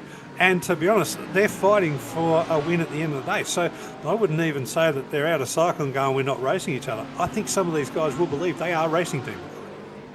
Well, it's really, really important to hang on to the track position any way you can get it. That's the big key, isn't it? If something happens at the right time that you're just behind the leaders, which, I mean, they are at the moment, and you're unable to take advantage of it. And then the critical factor is, for Sam Chapman, his race strategy depended upon staying ahead of Dean Mackay, which was the car he just got sort of left through. It's tough, right? It's tough, and you've got to... The problem is you've got to take a consistent application to the blue flag rules, and the only way to do it is just basically say, if you've got a blue flag, give in. But these aren't blue flags, mate. These are just out of pit cycle. These are racing for genuine. Well, no. There was racing for genuine position. There was the 11 car just behind him, which is Sam Chapman, which was actually a blue flag car. Okay. So yeah, no, you're right about Sam, right but the two cars in front of Dean right now, they are racing for genuine position and they're racing outright for the win. So there's no field needs to be given here to Dean, but that's the risk of.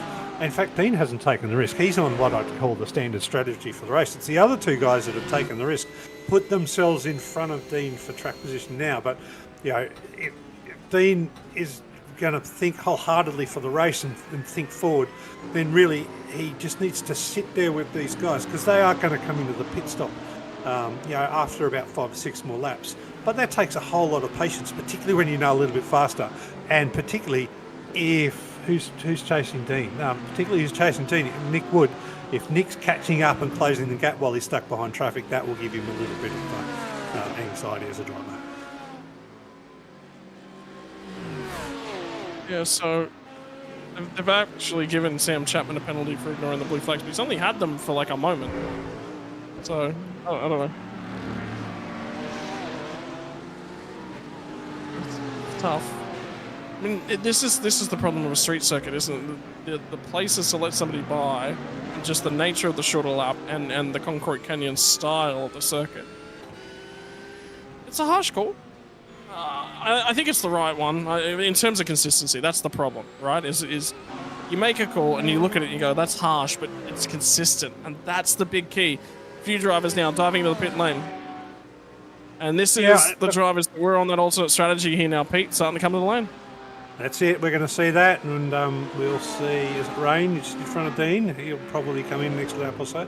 Scotty, look, I'm okay with the blue flag call as long as it's consistent. For me, that's what I agree with. There's really only a couple of spots on the track where you can just step aside, and I think Sam found that right spot. But if they're going to call it out for holding him up in a few corners before that, then it's got to be consistent, and it's going to have to be for everybody. So just make it same for everybody, and I can live with that. Yeah, and there is another opportunity that'll be coming in the near future for them to apply that consistently, and that'll be Nathaniel Coburn, who sits just ahead of these guys, about 2 seconds down from Rain Campbell. So, an interesting one. Fuel cycle, fuel strategy, starting to play itself into this race. And at the moment, 40 minutes, just over 40 minutes to go. Eli Donaldson's gone another lap, so he's in a really good spot. I think Owen Coleman's about to come past the pit lane entry as well. Coleman's slow and Coleman's in. Coleman's in. Fozzie might be coming in very short. Oh, look at that. What about that for a call? Fozzie coming in. He was looked a bit out of place on the leaderboard, but well and truly up there. Hey, have a look who's P2 in the Challenger class. That'd be Jimmy Middleton, Scotty. For how long is the next question?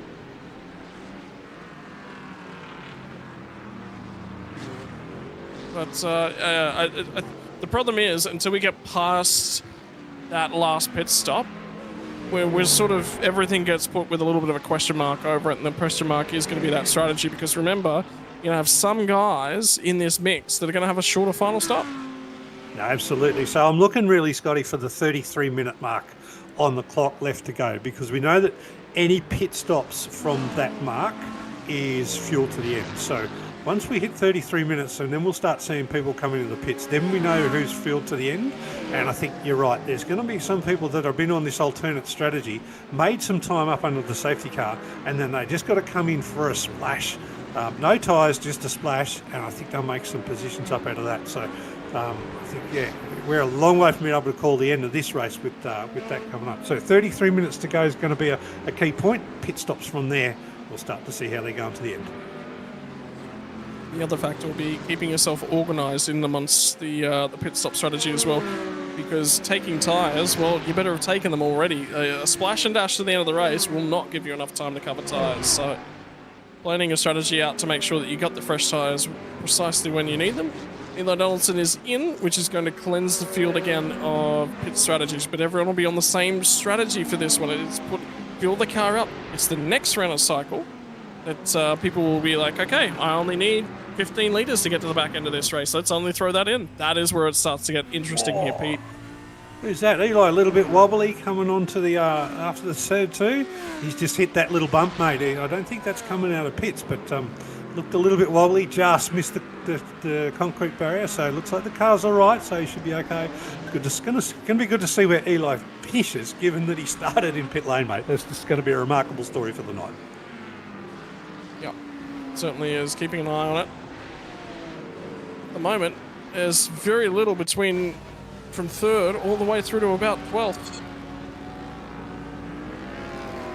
It was Eli Donaldson, as he was coming out of the pit lane, had that little drama.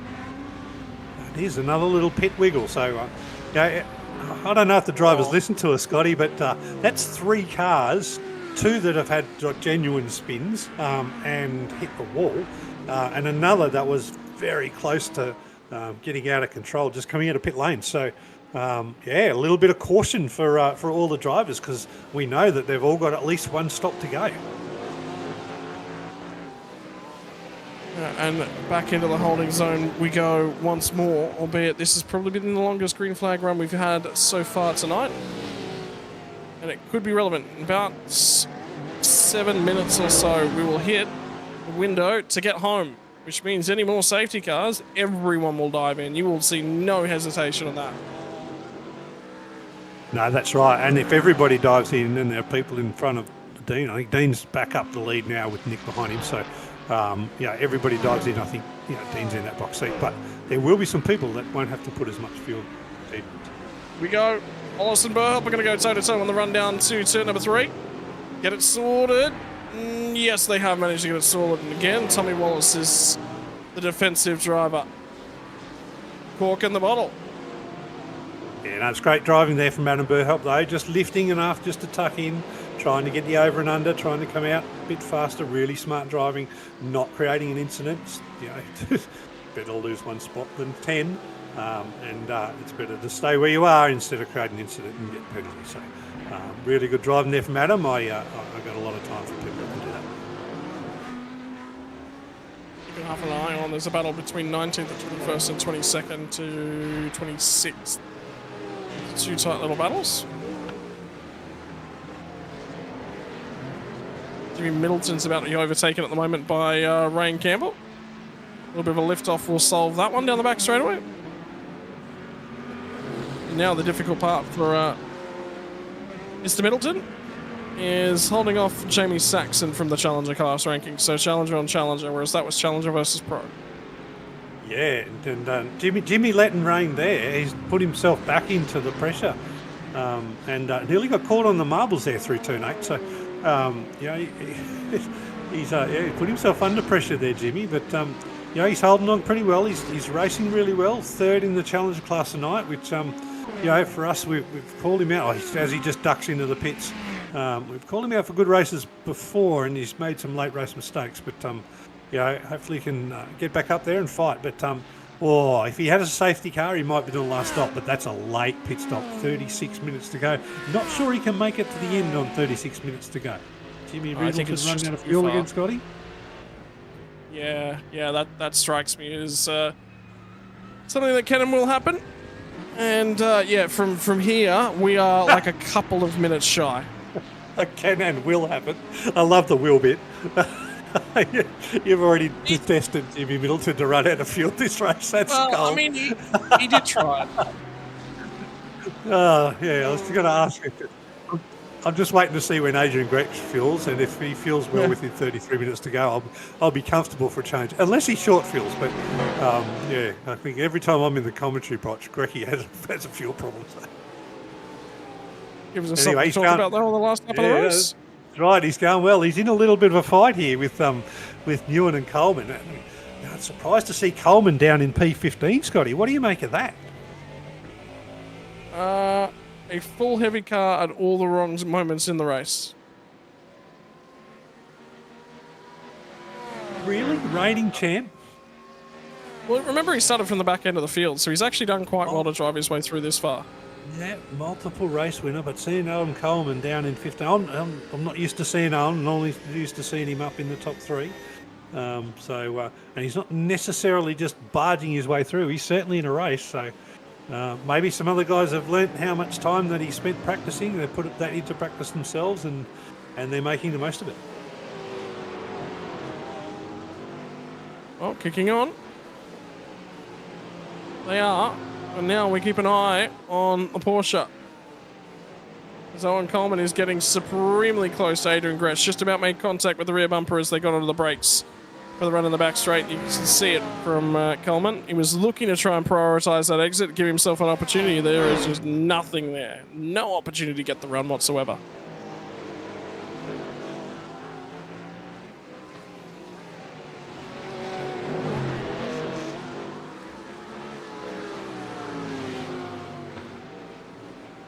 And I think at the moment it's settle down time once again.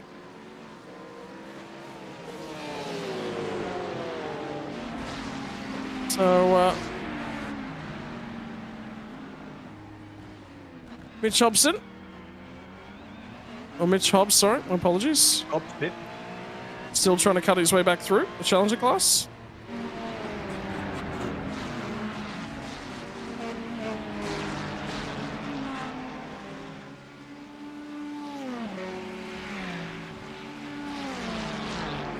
So, Scotty, talk to me about patience and Belle Isle. you got to have it, don't you? You just got to have patience when you're driving Belle Isle and endurance Adam race. Jepson just about got the wall as they come off for turn 3, and he's not got the run, which means it's going to go the way of Mitch Hobbs, and Hobbs backs out. Oh, he was got. Turned No. around by Vince. Oh no, that's untidy. That was looking like a really good move. Just run out of a little bit of space, and then the cars got in contact and spun them around. Oh, too hard to call in terms of fault on that one, but maybe Grecky needed to give him just a little bit more room on the outside there to avoid the cars touching the wall. But I reckon he's thought at the middle of the corner he's going to clear him, or at least he's going to force him to back out or something, and he just hasn't. Meantime, Adam Jepson trying to go the long way round on Dean Hunt down through 7 and 8. All right, Dalton and Alan Dawson. This is going to be an overtaking position. Fires it down the inside.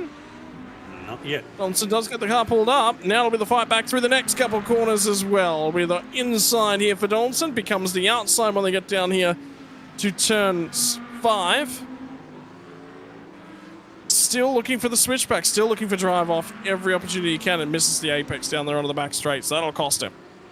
That'll cost him. He's going to have to fight back now. But that was really good racing. That was a good example of what Grecky needed to do. Just clear that turn sort of 5-6 complex, and side by side you've got to give each other a little bit more room. And these guys gave each other lots of race room.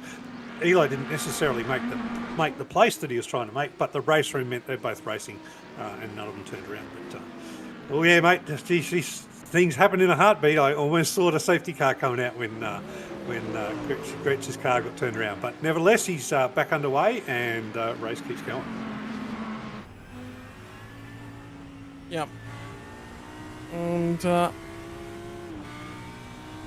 now, Dean Mackay has got control over that field. It's going to be, can anyone run him down? Okay, no. can we play second fiddle to him and still put some points on the board? Yeah, he's got he's eked out what 6.7 seconds. So, and he's the class of the field tonight, Dean Mackay. Nobody's had anything to come near him, and even when he's been in traffic, he's driven really well, really smoothly, taking his right opportunities for overtakes. It's been a masterclass from Dean tonight, and I'll just remind JP, he's driving a Porsche, JP. You sure you want to double check that? Is he what manufacturer is he in? Pretty sure it's a Porsche on the leaderboard if we go to it's him. Porsche. I'm pretty sure it'll look like a Porsche. I agree. It doesn't go round like a Porsche apparently, but yeah, so he's got the spinner right.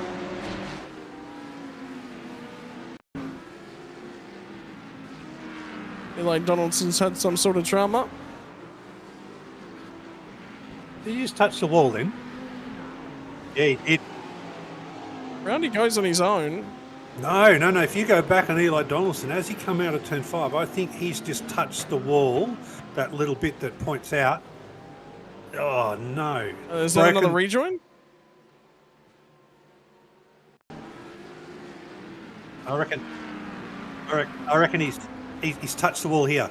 He's touched the wall. There's a little bounce, and that's upset the rear of the car and broken the rear wheel. That's what's made him spin.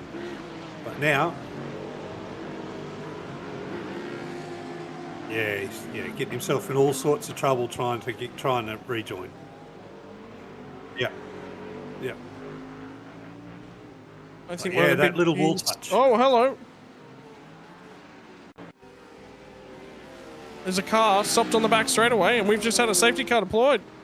That's Eli Donaldson. I think there's still stricken.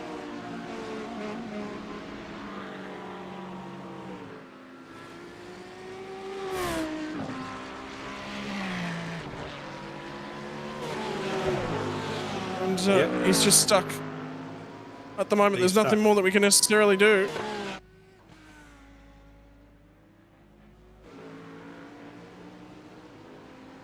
Looks like Eli Donaldson is going to be out of this race after such a big fight back from the computer problem at the start. A little bit of anxiety coming from some of the drivers too, Scotty, about what pace they're doing with the safety car being called. As you and I both know, safety car gets called, but before you're in that train, you're still at race pace. You just don't overtake, and it's a race to the end of the pit exit, right, to get to that lap where the safety car's pulling everybody up in the train. Yep. And I'm seeing the bulk of the field into the pit lane at this point in time. And the reason for that is we are inside of that final pit window. There's going to be a sprint race from here. No pit stops required to the end of the race. No, and I think everybody has to pit. And Dean Mackay will resurface with the race lead. That was the big one that we had questions about. But will the alternate stoppers? Leaf McClimate looks like he went in a little bit too hot there. I'd be surprised if he picks up a black flag for going too fast in the pits. No, got away with one. Yeah, got away with it. He was sideways. Owen Coleman has gone straight by the pit lane, and the reason for that is he pissed last time by. So he's just come out of the pit lane.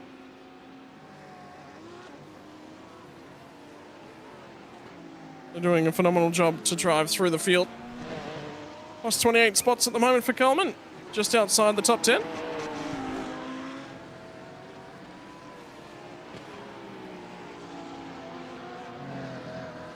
Tell you what. Yeah, with the safety car, I think he will. If he only pitted 2 laps ago, that's going to be well within the time. Adam Burhop's the big winner out of this. Adam Burhop was leading the outer cycle cars, Scotty, and he's now in P4, 19 positions up from where he started. But now that we've normalised everybody's pit stops, he's made a massive improvement. And remember, we were talking about we're waiting on this final stop to see everyone normalise. Well, that has now happened. So, have the guys that were on that alternate strategy benefited? I don't know that they... well, they might have, actually, because Andrew Dutch is back up in a 6th spot. Yeah, Burhop, Dawson, Dutch, they were all in that outer cycle group. So I think that outer cycle group, the front of it has certainly benefited from this pit stop, because they would have required only half the amount of fuel as the rest of the cars. So they would have had much shorter pit stops. So whilst that sort of put them back in traffic through the race, it's picked them up. I see. Greg Brooks has just called out that pit entry by Leith McClement as just a bit of precision driving in the pit exit. You know, sideways to the cones, get under the speed limit, make it look cool, get it called out, get yourself on the radio, and away you go. Yep. And they've got that one sorted. Right, so...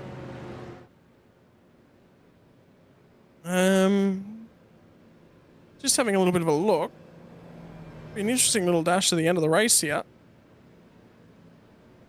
Coleman's back inside the top 10. Yep. Stewie Shaw's inside the top 10, P8. Coleman, the other name that stands out to me.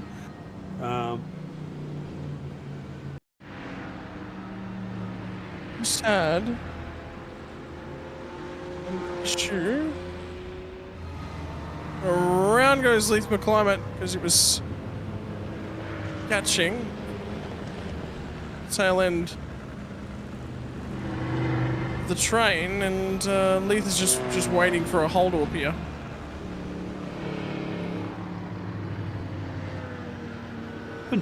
What's happened to him? Has he just... That's in a caution period. So he caught the field. No, he caught the field, basically. And as he's got there, he's gone from racing in nice and hot. So that could be cold tyres again. Just around the corner, yeah. Oh, 2-1 cold tyres, Detroit Bill. I'll tuck that in the notebook. Wow. Difficulty with these cars and getting those tyres back at temperature is you just got to pick it and you've got to go, right? So you just got to hope that you got the grip underneath you. And that's probably one of the most loaded sections on the circuit because the car unloads and reloads. Quite often bottoms out most of the cars as they ride through that section of the racetrack. Lapped cars are being unlapped at this point in time. So they are doing their utmost to get themselves back and into contention. Talk about the retirements from the tail end of the field at this point in time. Kurt Nommensen is back out there, but he's 10 laps down. Sean Benici is the oldest driver that has retired now, unfortunately for him. He is at, I believe, about 20 laps down at the moment. Rick Provenzali is done for the day at 21. Jacob Hughes is at 24. Glenn Arnott is at, I believe, 30 laps down. And James Mason was the first retirement of the night. And Scotty, I'm just looking at car number 13, Jimmy Middleton. He did go in for that last pit stop as well, so he won't run out of fuel.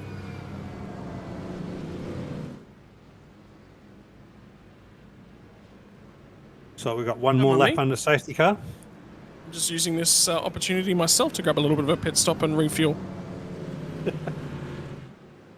Well, while you're refueling, Scotty, we've got one more lap under safety car.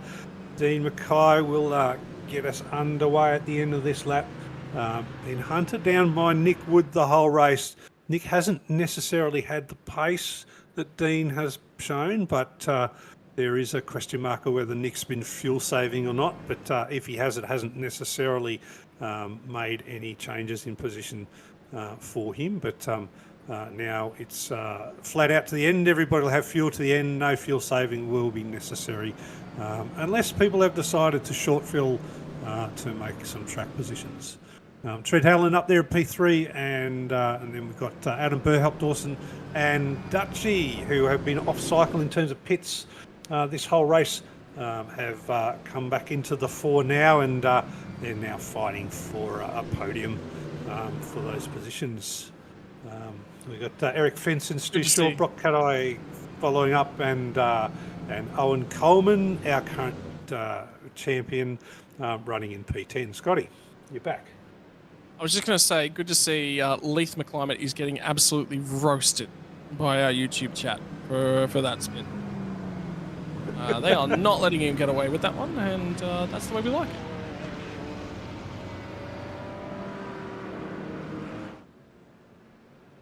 Well, it's kind of a soft spin, though, wasn't it? I mean, it's. I feel for him, because he would have been at a certain race pace, and then you're on a tricky corner, and you got the safety car checkup. So, difficult one. But oh no, look, all's fair in love and war. It is sim racing, and that's how personalities are created.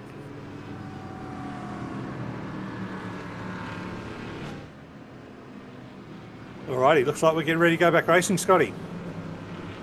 Yeah, that we are. The final pit stops of the night have been complete, and we'll be racing here in just a few moments. Field will be back under the hands of Dean Mackay. He has just about controlled the field every stretch of the way, only under alternate strategies.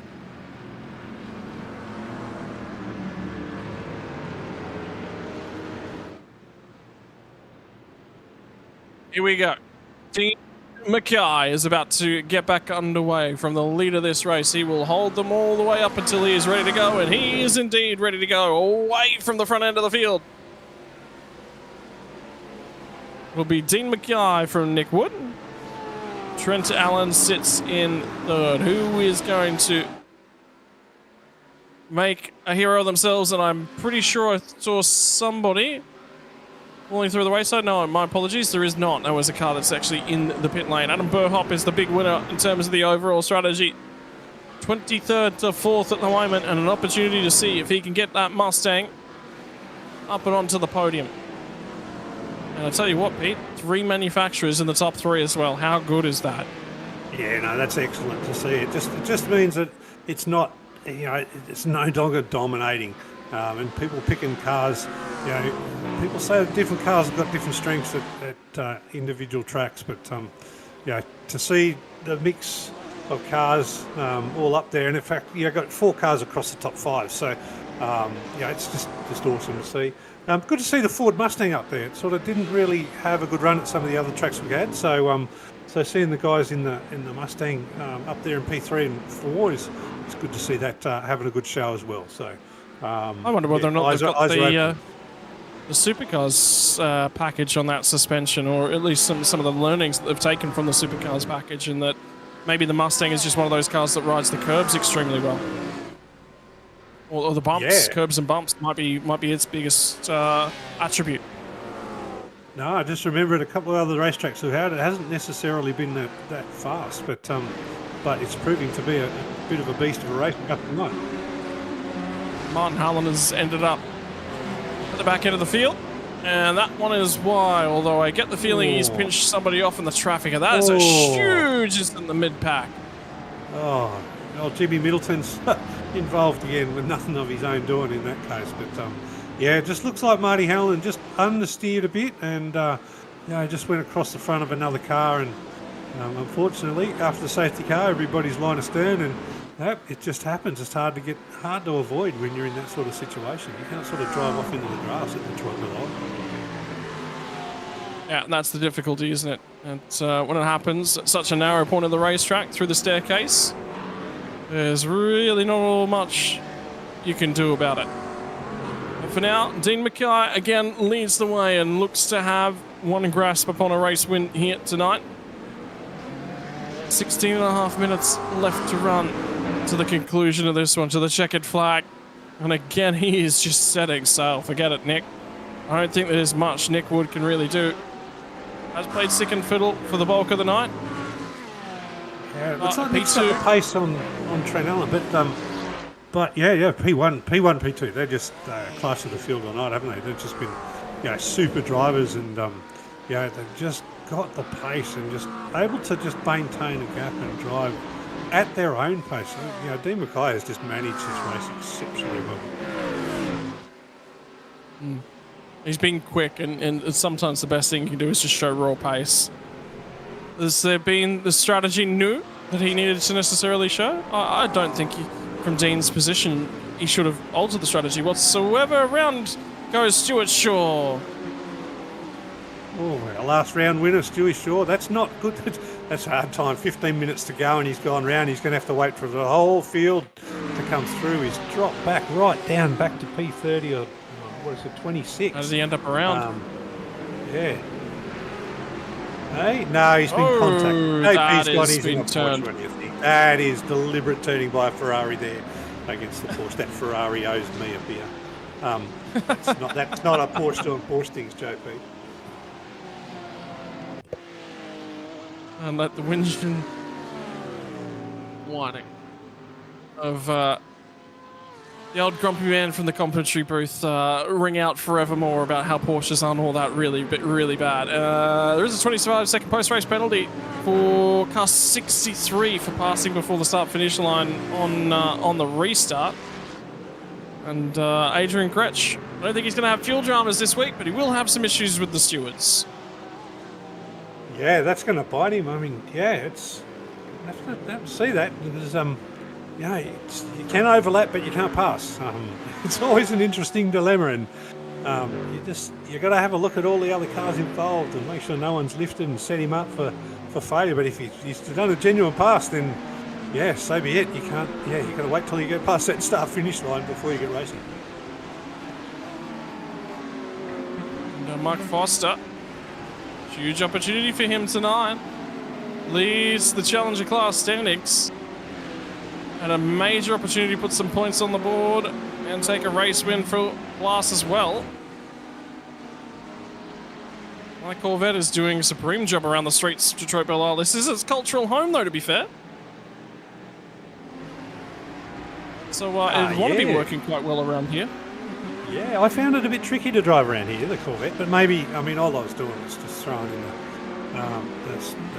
high downforce sprint setup that iRacing had in each of the cars and having a quick lap just to see how they all felt. I did find that the Corvette felt a little bit loose to me, so I would have needed to do a whole lot of suspension work to be able to race it properly. But yeah, it was a nice car to drive. It's nice and smooth, but it's quiet like the Ferrari, but not go-kart noisy like the Porsche. That's what I find, but yeah, good fun. Yeah, see, it needs just a little bit more growl to it, I think. It's clean sounding. It is. That's a good way to describe it, Scotty. Clean sounding. It is very clean, and you got to yeah, just to get it to tinkle at the high end of the rev range, you're like, oh, I've got to see the blue lights before it really sounds kind of cool. But yeah, I think with a really good setup, a nice, comfortable car to race, right? You know, you don't necessarily feel like you're stressing the motor because of the way it sounds. So, off for a country cruise at high speed. Difficulties at the moment. I think Brock Caddo and Rain Campbell are the two closest cars on track at the moment. They run down the back straight away into the fountain section. Sorry, one into the fountain section.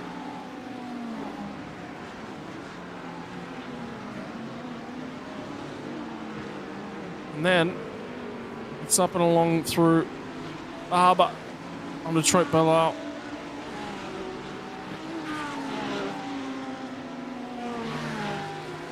Now down through the start finish line.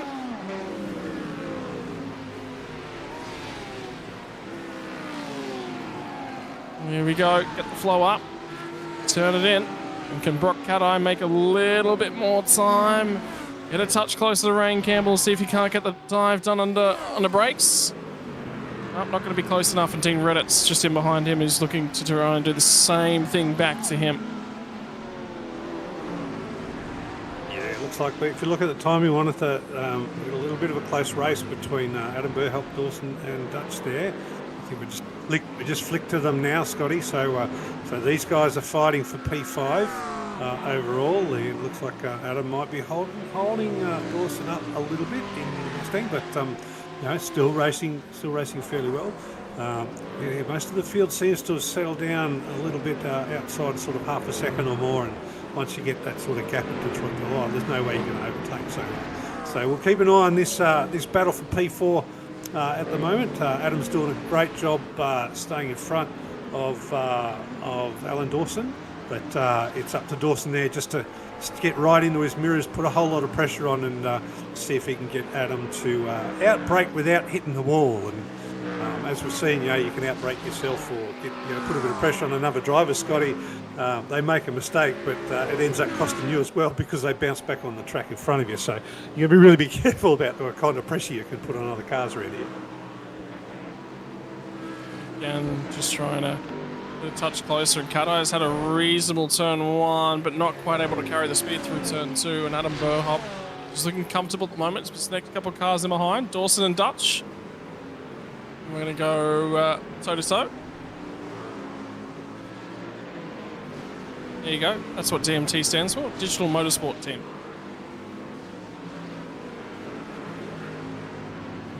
Post-race penalty for Eli Donaldson at the moment as well. He'll get 10 seconds added to his post-race time for an incident all the way back on lap 56 a while ago now. Yeah, and that's going to hurt Eli's DNA already. So, post-race penalty ain't going to really do much to his final result. He might not even be classified at this rate.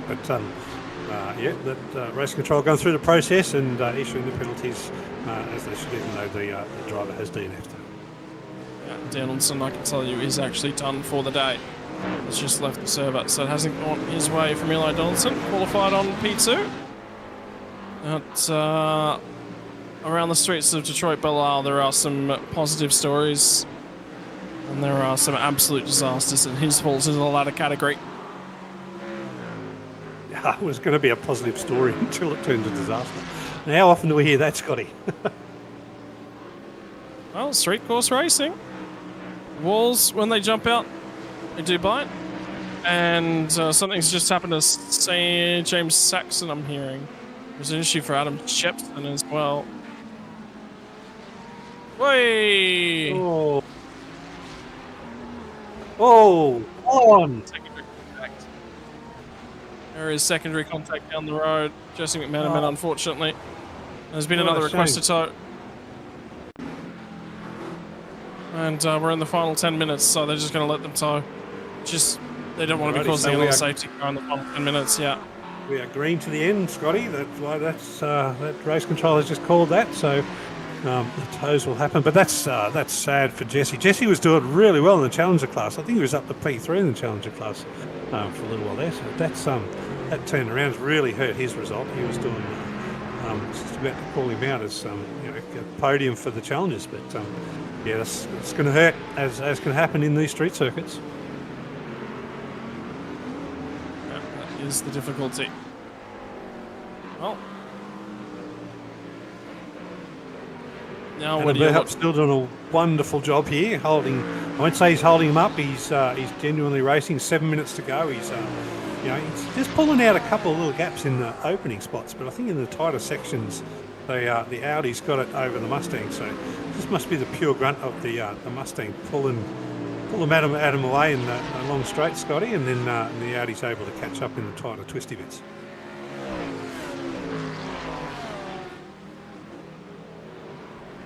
Yep.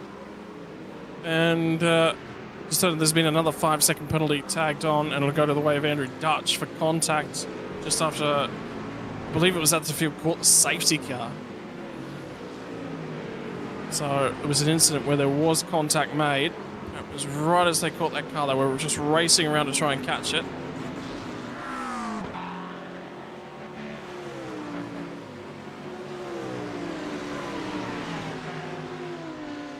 Yeah, and you know my feelings of contact under safety car, Scotty. I think that should never ever happen.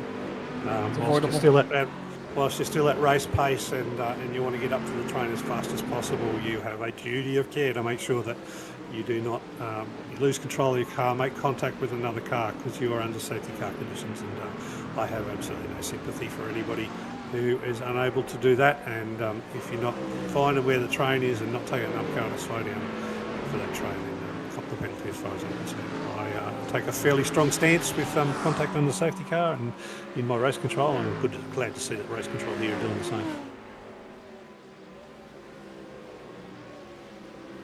Yeah, I think there's a bit more to it than I don't think it's as straightforward as it seems on the tin. I think we'll leave it at that. But now that battle from 4th through to about 9th spot,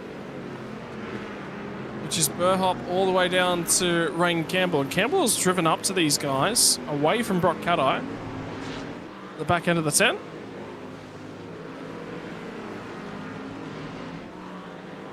Which means he's certainly got a little bit of pace available to him, and he's now caught Owen Coleman. This will be a difficult overtake to nick this next spot. You're trying to overtake Owen Coleman.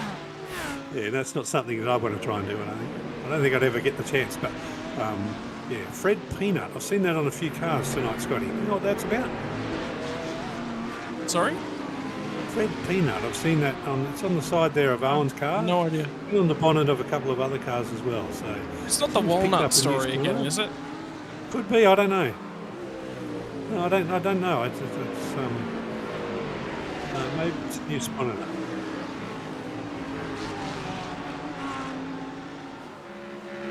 Fred's Peanut Kids Boutique in Australia. So yeah, no, it's another sponsor they've picked up. Maybe they're playing with the walnut story that we had out of our friend Jimmy Middleton. But no, good to see some other sponsors come in that aren't always simulated. So good to see they've joined Owen Coleman's car. Because that team's already got a few peanuts on it. I didn't think they'd need a few more. Well, they're sponsored by Peanuts, so even better. I know they'll get a laugh out of that. That's Owen's still having a crack. Yeah, this whole group's having a crack, Scotty. There is no rest for the wicked. 3 minutes to go in this race, so we're looking at 3 more laps to go. And yeah, nobody's settled with where they are. I think everybody will take a chance to get another position if they get half a sniff. Is it just me, or has Nick Wood actually started to respond and come back to Team Mackay? It's a little bit too late for him to do anything about it, but is it, or has Dean just settled down and is managing the gap? Yeah, that could be it, to be perfectly honest. I think the incident on the restart has just been penalised as well. So car 28, which I think is Martin Hallinan, will be receiving a 10-second post-race penalty. So I'm pretty sure that's the incident on the restart. We did see. Yeah, and he's 10 laps down in the pits as well. So again, not a penalty that's really going to affect the individual's race, but certainly has to be called out as something that's been dealt with. So good job there by the race. Well, I can tell you, Fenton just had a little bit of a dive at Andrew Dutch, and Rain Campbell was close enough to just about wrap out a message on Coleman. So just following Nick Wood right now, currently sitting comfortable P2. Back to the fighting group here, all fighting for P4 at best. This group here between 4 to 10. And we've got Rain Campbell at the back, putting a little bit of pressure on the series champion Owen Coleman for P9. So a little bit of racing still to come. Oh, there's a move. Here we go. There is the move made. Andrew Dutch is going to lose a spot, and he loses two. Sorry, it's Eric Fenson. My apologies. Eric Fenson. So Dutch got down the inside of him. Didn't make contact, but ran him a little bit wide, and Fenson was just lucky to come away with the car still in one piece. That's right, and Owen Coleman sneaks through for an extra position. What I say, if they get a sniff, they'll have a go. Well, we are under 1 minute and 30 seconds left to run. I get the feeling Barney just waved the white flag. I have a feeling we are on the final lap of the race. Dean Mackay is on the run to home. He has been quick. He has been consistent. He has been the man tonight. And he's been driving a Porsche all night. That's been so cool. I'm sure it wasn't a McLaren for a few laps in the middle there at all. Could have been. Didn't change manufacturer. The way our producer gets on, mate, you'd think that he was driving the McLaren for 2/3 of the race and only got in the Porsche Yeah. to finish. Yeah, it's a rebadged Porsche, rebadged McLaren, that one. Yeah. Has to be. Somebody Anyway, reach out to McLaren and let them know that they've got one of their cars crawling around with a Porsche badge on it. Anyway, Scotty, back to you, mate. Let's call them out. They're about to come over the line and end what has been quite a fabulous race, actually, one with multiple strategies and all sorts of things going on. Not too many safety cars, just enough. Just enough, and the amount that you kind of expect from a street course, but not enough to ruin it. So, Dean Mackay is in the final run to home. He will have one more braking zone. And from there on out, it is settle the car, point and shoot. Touch of the throttle, resettle it, touch of the throttle again. And from the run all the way to the flag, he is going to celebrate with the lights ablaze on the 413 Porsche. Dean Mackay takes it out from the streets of Detroit Belle from Nick Wood, home in P2. And Trent Allen will enjoy himself a little bit of champagne. Perhaps a dip in the fountain. And Mark Foster is celebrating in style at the moment because that Corvette, well, he's in the Challenger class. He has a C next to his name, and a Corvette brings it home to take her out. And I think Dean Hunt is actually going to take out P2 in the Challenger class as well, so he will celebrate that one. So 2 Corvettes to take out first and second in everything. And have a look at the Ferrari from Jamie Saxon from the tail end of the field as well. Yeah, he takes Something to out have a little bit P3 of a in the look at. Challenger class, but she looks a bit worse for wear, that one. Have to go to the paint shop, Scotty. I don't think you can take it into the paint shop. I think you needed to take it into the spare parts store first to bring that one home. Stefan Mellis is still crawling around out of the final corner. Will be our final driver across the line to come home for Stefan Mellis. He will finish on the lead lap and the last of the drivers to do so. So mission accomplished for him. Well, Scotty, what do you make of it? Right there Tell you on the what. sign, we love Detroit. Detroit Belial loves Dean Mackay home with the race win in a phenomenal one. Nick Wood from Trent Allen, Adam Burhop, Alan Dawson. This battle pack was insane. And it brought Burhop, Dawson, Dutch, Coleman, Fenson, and Dean Rain Campbell. And then Brett Cotto moves it up to P10 as well. That's your top 10. Dean Reddit, just outside the top 10 from Richard Mayer. Challenger winner, Mark Foster, home ahead of Tom Williams, Vinnie Ewan. And Dean Hunt was just on the radio saying, hey, can we get a petition signed to get Mark Fozzie Foster moved up to the pro class? Wouldn't mind myself a race win. 17th and 18th is going to be Tommy Wallace from Matt Garrick. And we'll throw it over to just outside the 20. Jamie Saxon, home in third in class from Stewie Shaw, rounds out your top 20. Ben Brooks from Nathaniel Coburn. Gee, he had a rough night, been boxed about the ears quite a lot from him. Jesse McMenamin from Stefan Mellis is going to round out the drivers home on the lead lap. Drivers first home off the lead lap. There were 2 of them at 2 laps down. Sam Chapman and Adrian Gretsch both had issues, both got their cars back out there and recirculating. Nick Bottrell would not finish the race 5 laps down from Adam Jepson. 7 laps down. Nommensen was out there in circulating, I believe, at the end.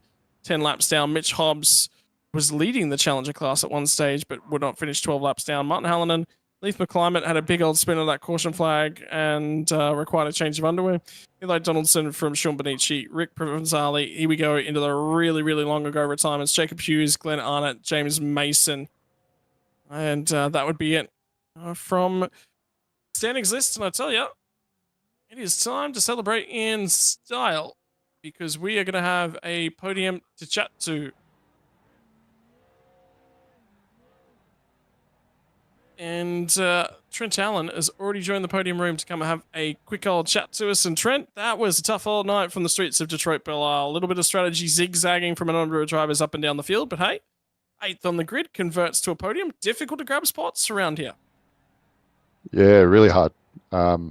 I'm stoked just to get a podium. I've been trying for 4 seasons to do that.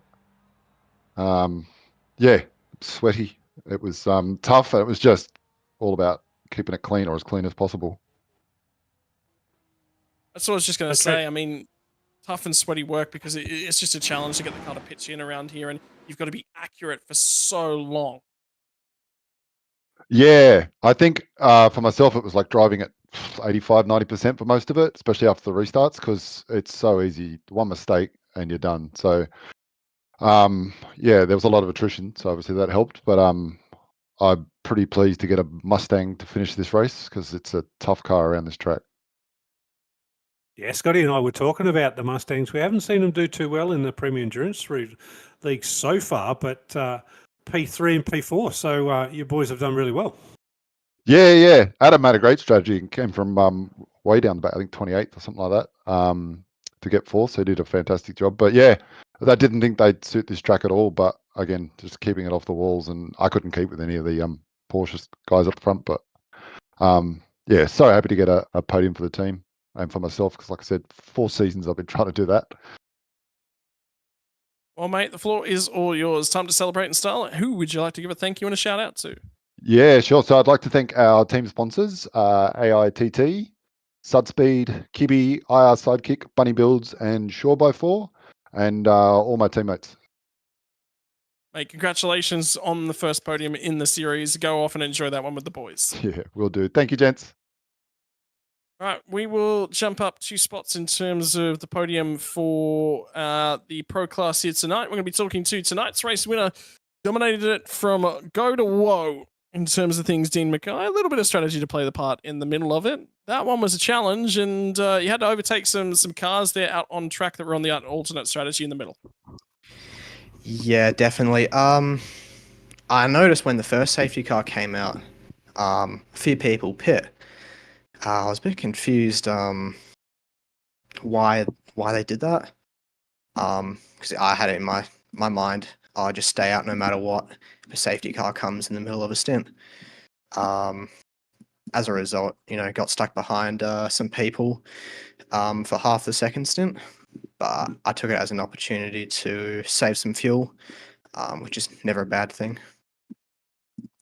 Yeah, I mean, still maintain the pace. You were still there. You were still relevant, still harassing the bumper and taking the opportunity to pick up the spots when the opportunity presented itself, mate. Setting up the car this week, we're just talking to the third place finisher, Trent Allen, they had a lot of trouble trying to get the Mustang to sort of balance itself around you. How did you go with the Porsche?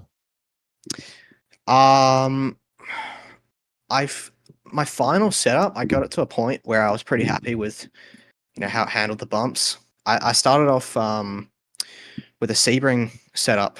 I couldn't find any Detroit ones that were in date, and then I went through, did some changes to the damper settings, and it turned out to be, pretty good handling over the bumps.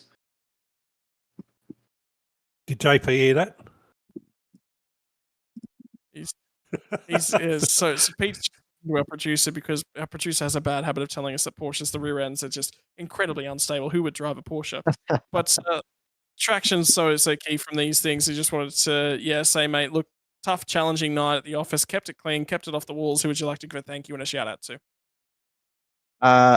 Thanks to Tommy and Brock for coming out tonight, racing with me, and also major thank you to the 2 crew chiefs, Brant and Blake. Couldn't have done it without them. Mate, lucky enough to have 2 of them. So nice, you'll have them twice. Thank you very much for your time, Dean Mackay, and congratulations on taking a race win here from Detroit Belle Isle. Thank you. Finally, we are going to get the opportunity to chat to our Challenger class winner, who is currently drowning himself in the bottom of the bottle, or the bottom of the milkshake cup, albeit it's a little bit lime cordial flavor. I tell you what, Fozzie, good old night around here at the streets of Detroit Belle Isle. That was the challenging one around the Concrete Canyon. How'd you find the race tonight? Well, hello, Scotty, Pete, JP. How are you, mate? I'm as surprised as probably everyone else that that ended up the way that it did. So it was pretty much couldn't have been a better race for me, really. It was fantastic. Mate, there was some roughing up on the in-race radio just after the end of that one. How do you stand by the allegations that Dean Hunt thinks should be moved up to the pro class just so we can win one of these things? We all know that Dean lies through his teeth. So, and there's no chance. There's no chance that I should be an elite. Like, honestly, I couldn't hold the pace of half those guys in elite. It's just that here, it's just an impossible track to overtake on. And if you just put yourself in the right spot, then you're just a roadblock, really. So what I heard out of that is that Fozzie would like to pass on his commiserations to Dean, as well as a swift get better. Well, exactly. Like I've raced Dean many times, and he just keeps coming, second or third behind me. So it's just jealousy. That's all I'm hearing. Dean will take that, mate, like you wouldn't believe. He's such a good champ at taking those sorts of jokes and things. All right, mate. The floor is all yours. Who would you like to give a thank you and a shout out to here tonight? Obviously we've got the team. So the DMT, Digital Motorsport team, that's Jimmy, Owen, and Dutchy. They've been fantastic in helping me, set up, and it's been good fun. And then just my own personal sponsors, which would be Colourful Learning Toy Store and Fred Peanut Kids Boutique. Mate, more importantly, can you tell them to change the team name? It's not Digital Motorsports. It's Destroyed Maniacs team. Yeah, just about. You should, and you know what? This is the most amazing thing, that Coleman, coming from the back of the grid, was actually the most relaxed and calm he's ever been. There was no yelling, and look where he ended up. He finished. What did he finish? Like 7th. Amazing. I'm more impressed that he didn't complain about the race conditions, although he may not have complained because it was finally a nice, cool track. Didn't hear the word weather come from his mouth at all. Are you sure? Positive. No yelling, no swearing. It's like we've turned over a new leaf at our team. I don't think you have. I think it lasts for one race, and I guarantee you he's back to complaining from the next time out. Thank you very much for your time, Fozzie. It's been a pleasure chatting as usual. Cheers, guys. See you soon. Good on you, Fozzie. Congrats. Thanks, Pete. Well, see ya. That is going to wrap us up here, ladies and gentlemen, from the streets of Detroit Belle Isle. The Wolves, they were close tonight. The accidents were a lot fewer than necessarily a lot of people would have thought. Overtaking, though, the difficulty level on that one was right up and through the roof. Pete, honestly, I thought we were going to have a few more safety cars. They actually kept it relatively clean. I think we got away with a couple that could have been safety cars, particularly later in the race there. But, Belle Isle proved to me that, it is what it is. You get two cars side by side. There's no runoff. Cars will hit the wall and bounce back in front of other people. And for some, it's poor luck. For others, it's poor driving. But for those that are able to get through it all and drive at a speed, they end up with a good result, as we saw, particularly from the Challenger class and Fozzie getting up there in a P13. So congratulations to those that are on the podium, both classes. Mate, it's been an interesting race. Like I said at the start, I like Detroit Belle Isle. I like concrete line tracks, and it's good to be a part of. Well, thank you very much for joining us. For the people watching along at home, we want to say a big shout out to all of our fans as usual. We also want to say a big shout out to the series sponsors. On behalf of Gamer Gear Direct, who are our primary sponsor that get it done for us here at Premier Endurance League, we would not be able to do what we do without their support. Don't forget that if you're looking for your latest in simulation hardware, whether that be the Golf Sim, the Flight Sim, or the Racing Sim 2, you can pick yourself up some new bits and pieces, and if you want to attach them to the rig as well, there is a very, very important Australian company you can get in contact with to work on behalf to try and get them hooked up to that simulation rig. And it is the Print Racer team from Simon Larder and the Print Racer team. They can help you get those new accessories that you've picked up attached. And finally, Sud Speed as well. The racing gloves that make a difference. Ladies and gentlemen, it's been a pleasure to bring you another broadcast on behalf of Premier Endurance League. My name's been Scotty Rankin. Alongside of Pete Baxter, behind the screens was Jimmy Parfit, pressing all the buttons, the very talented Brit that keeps us live and running. We'll see you again next time when we go racing once more for the Premier Endurance Racing League.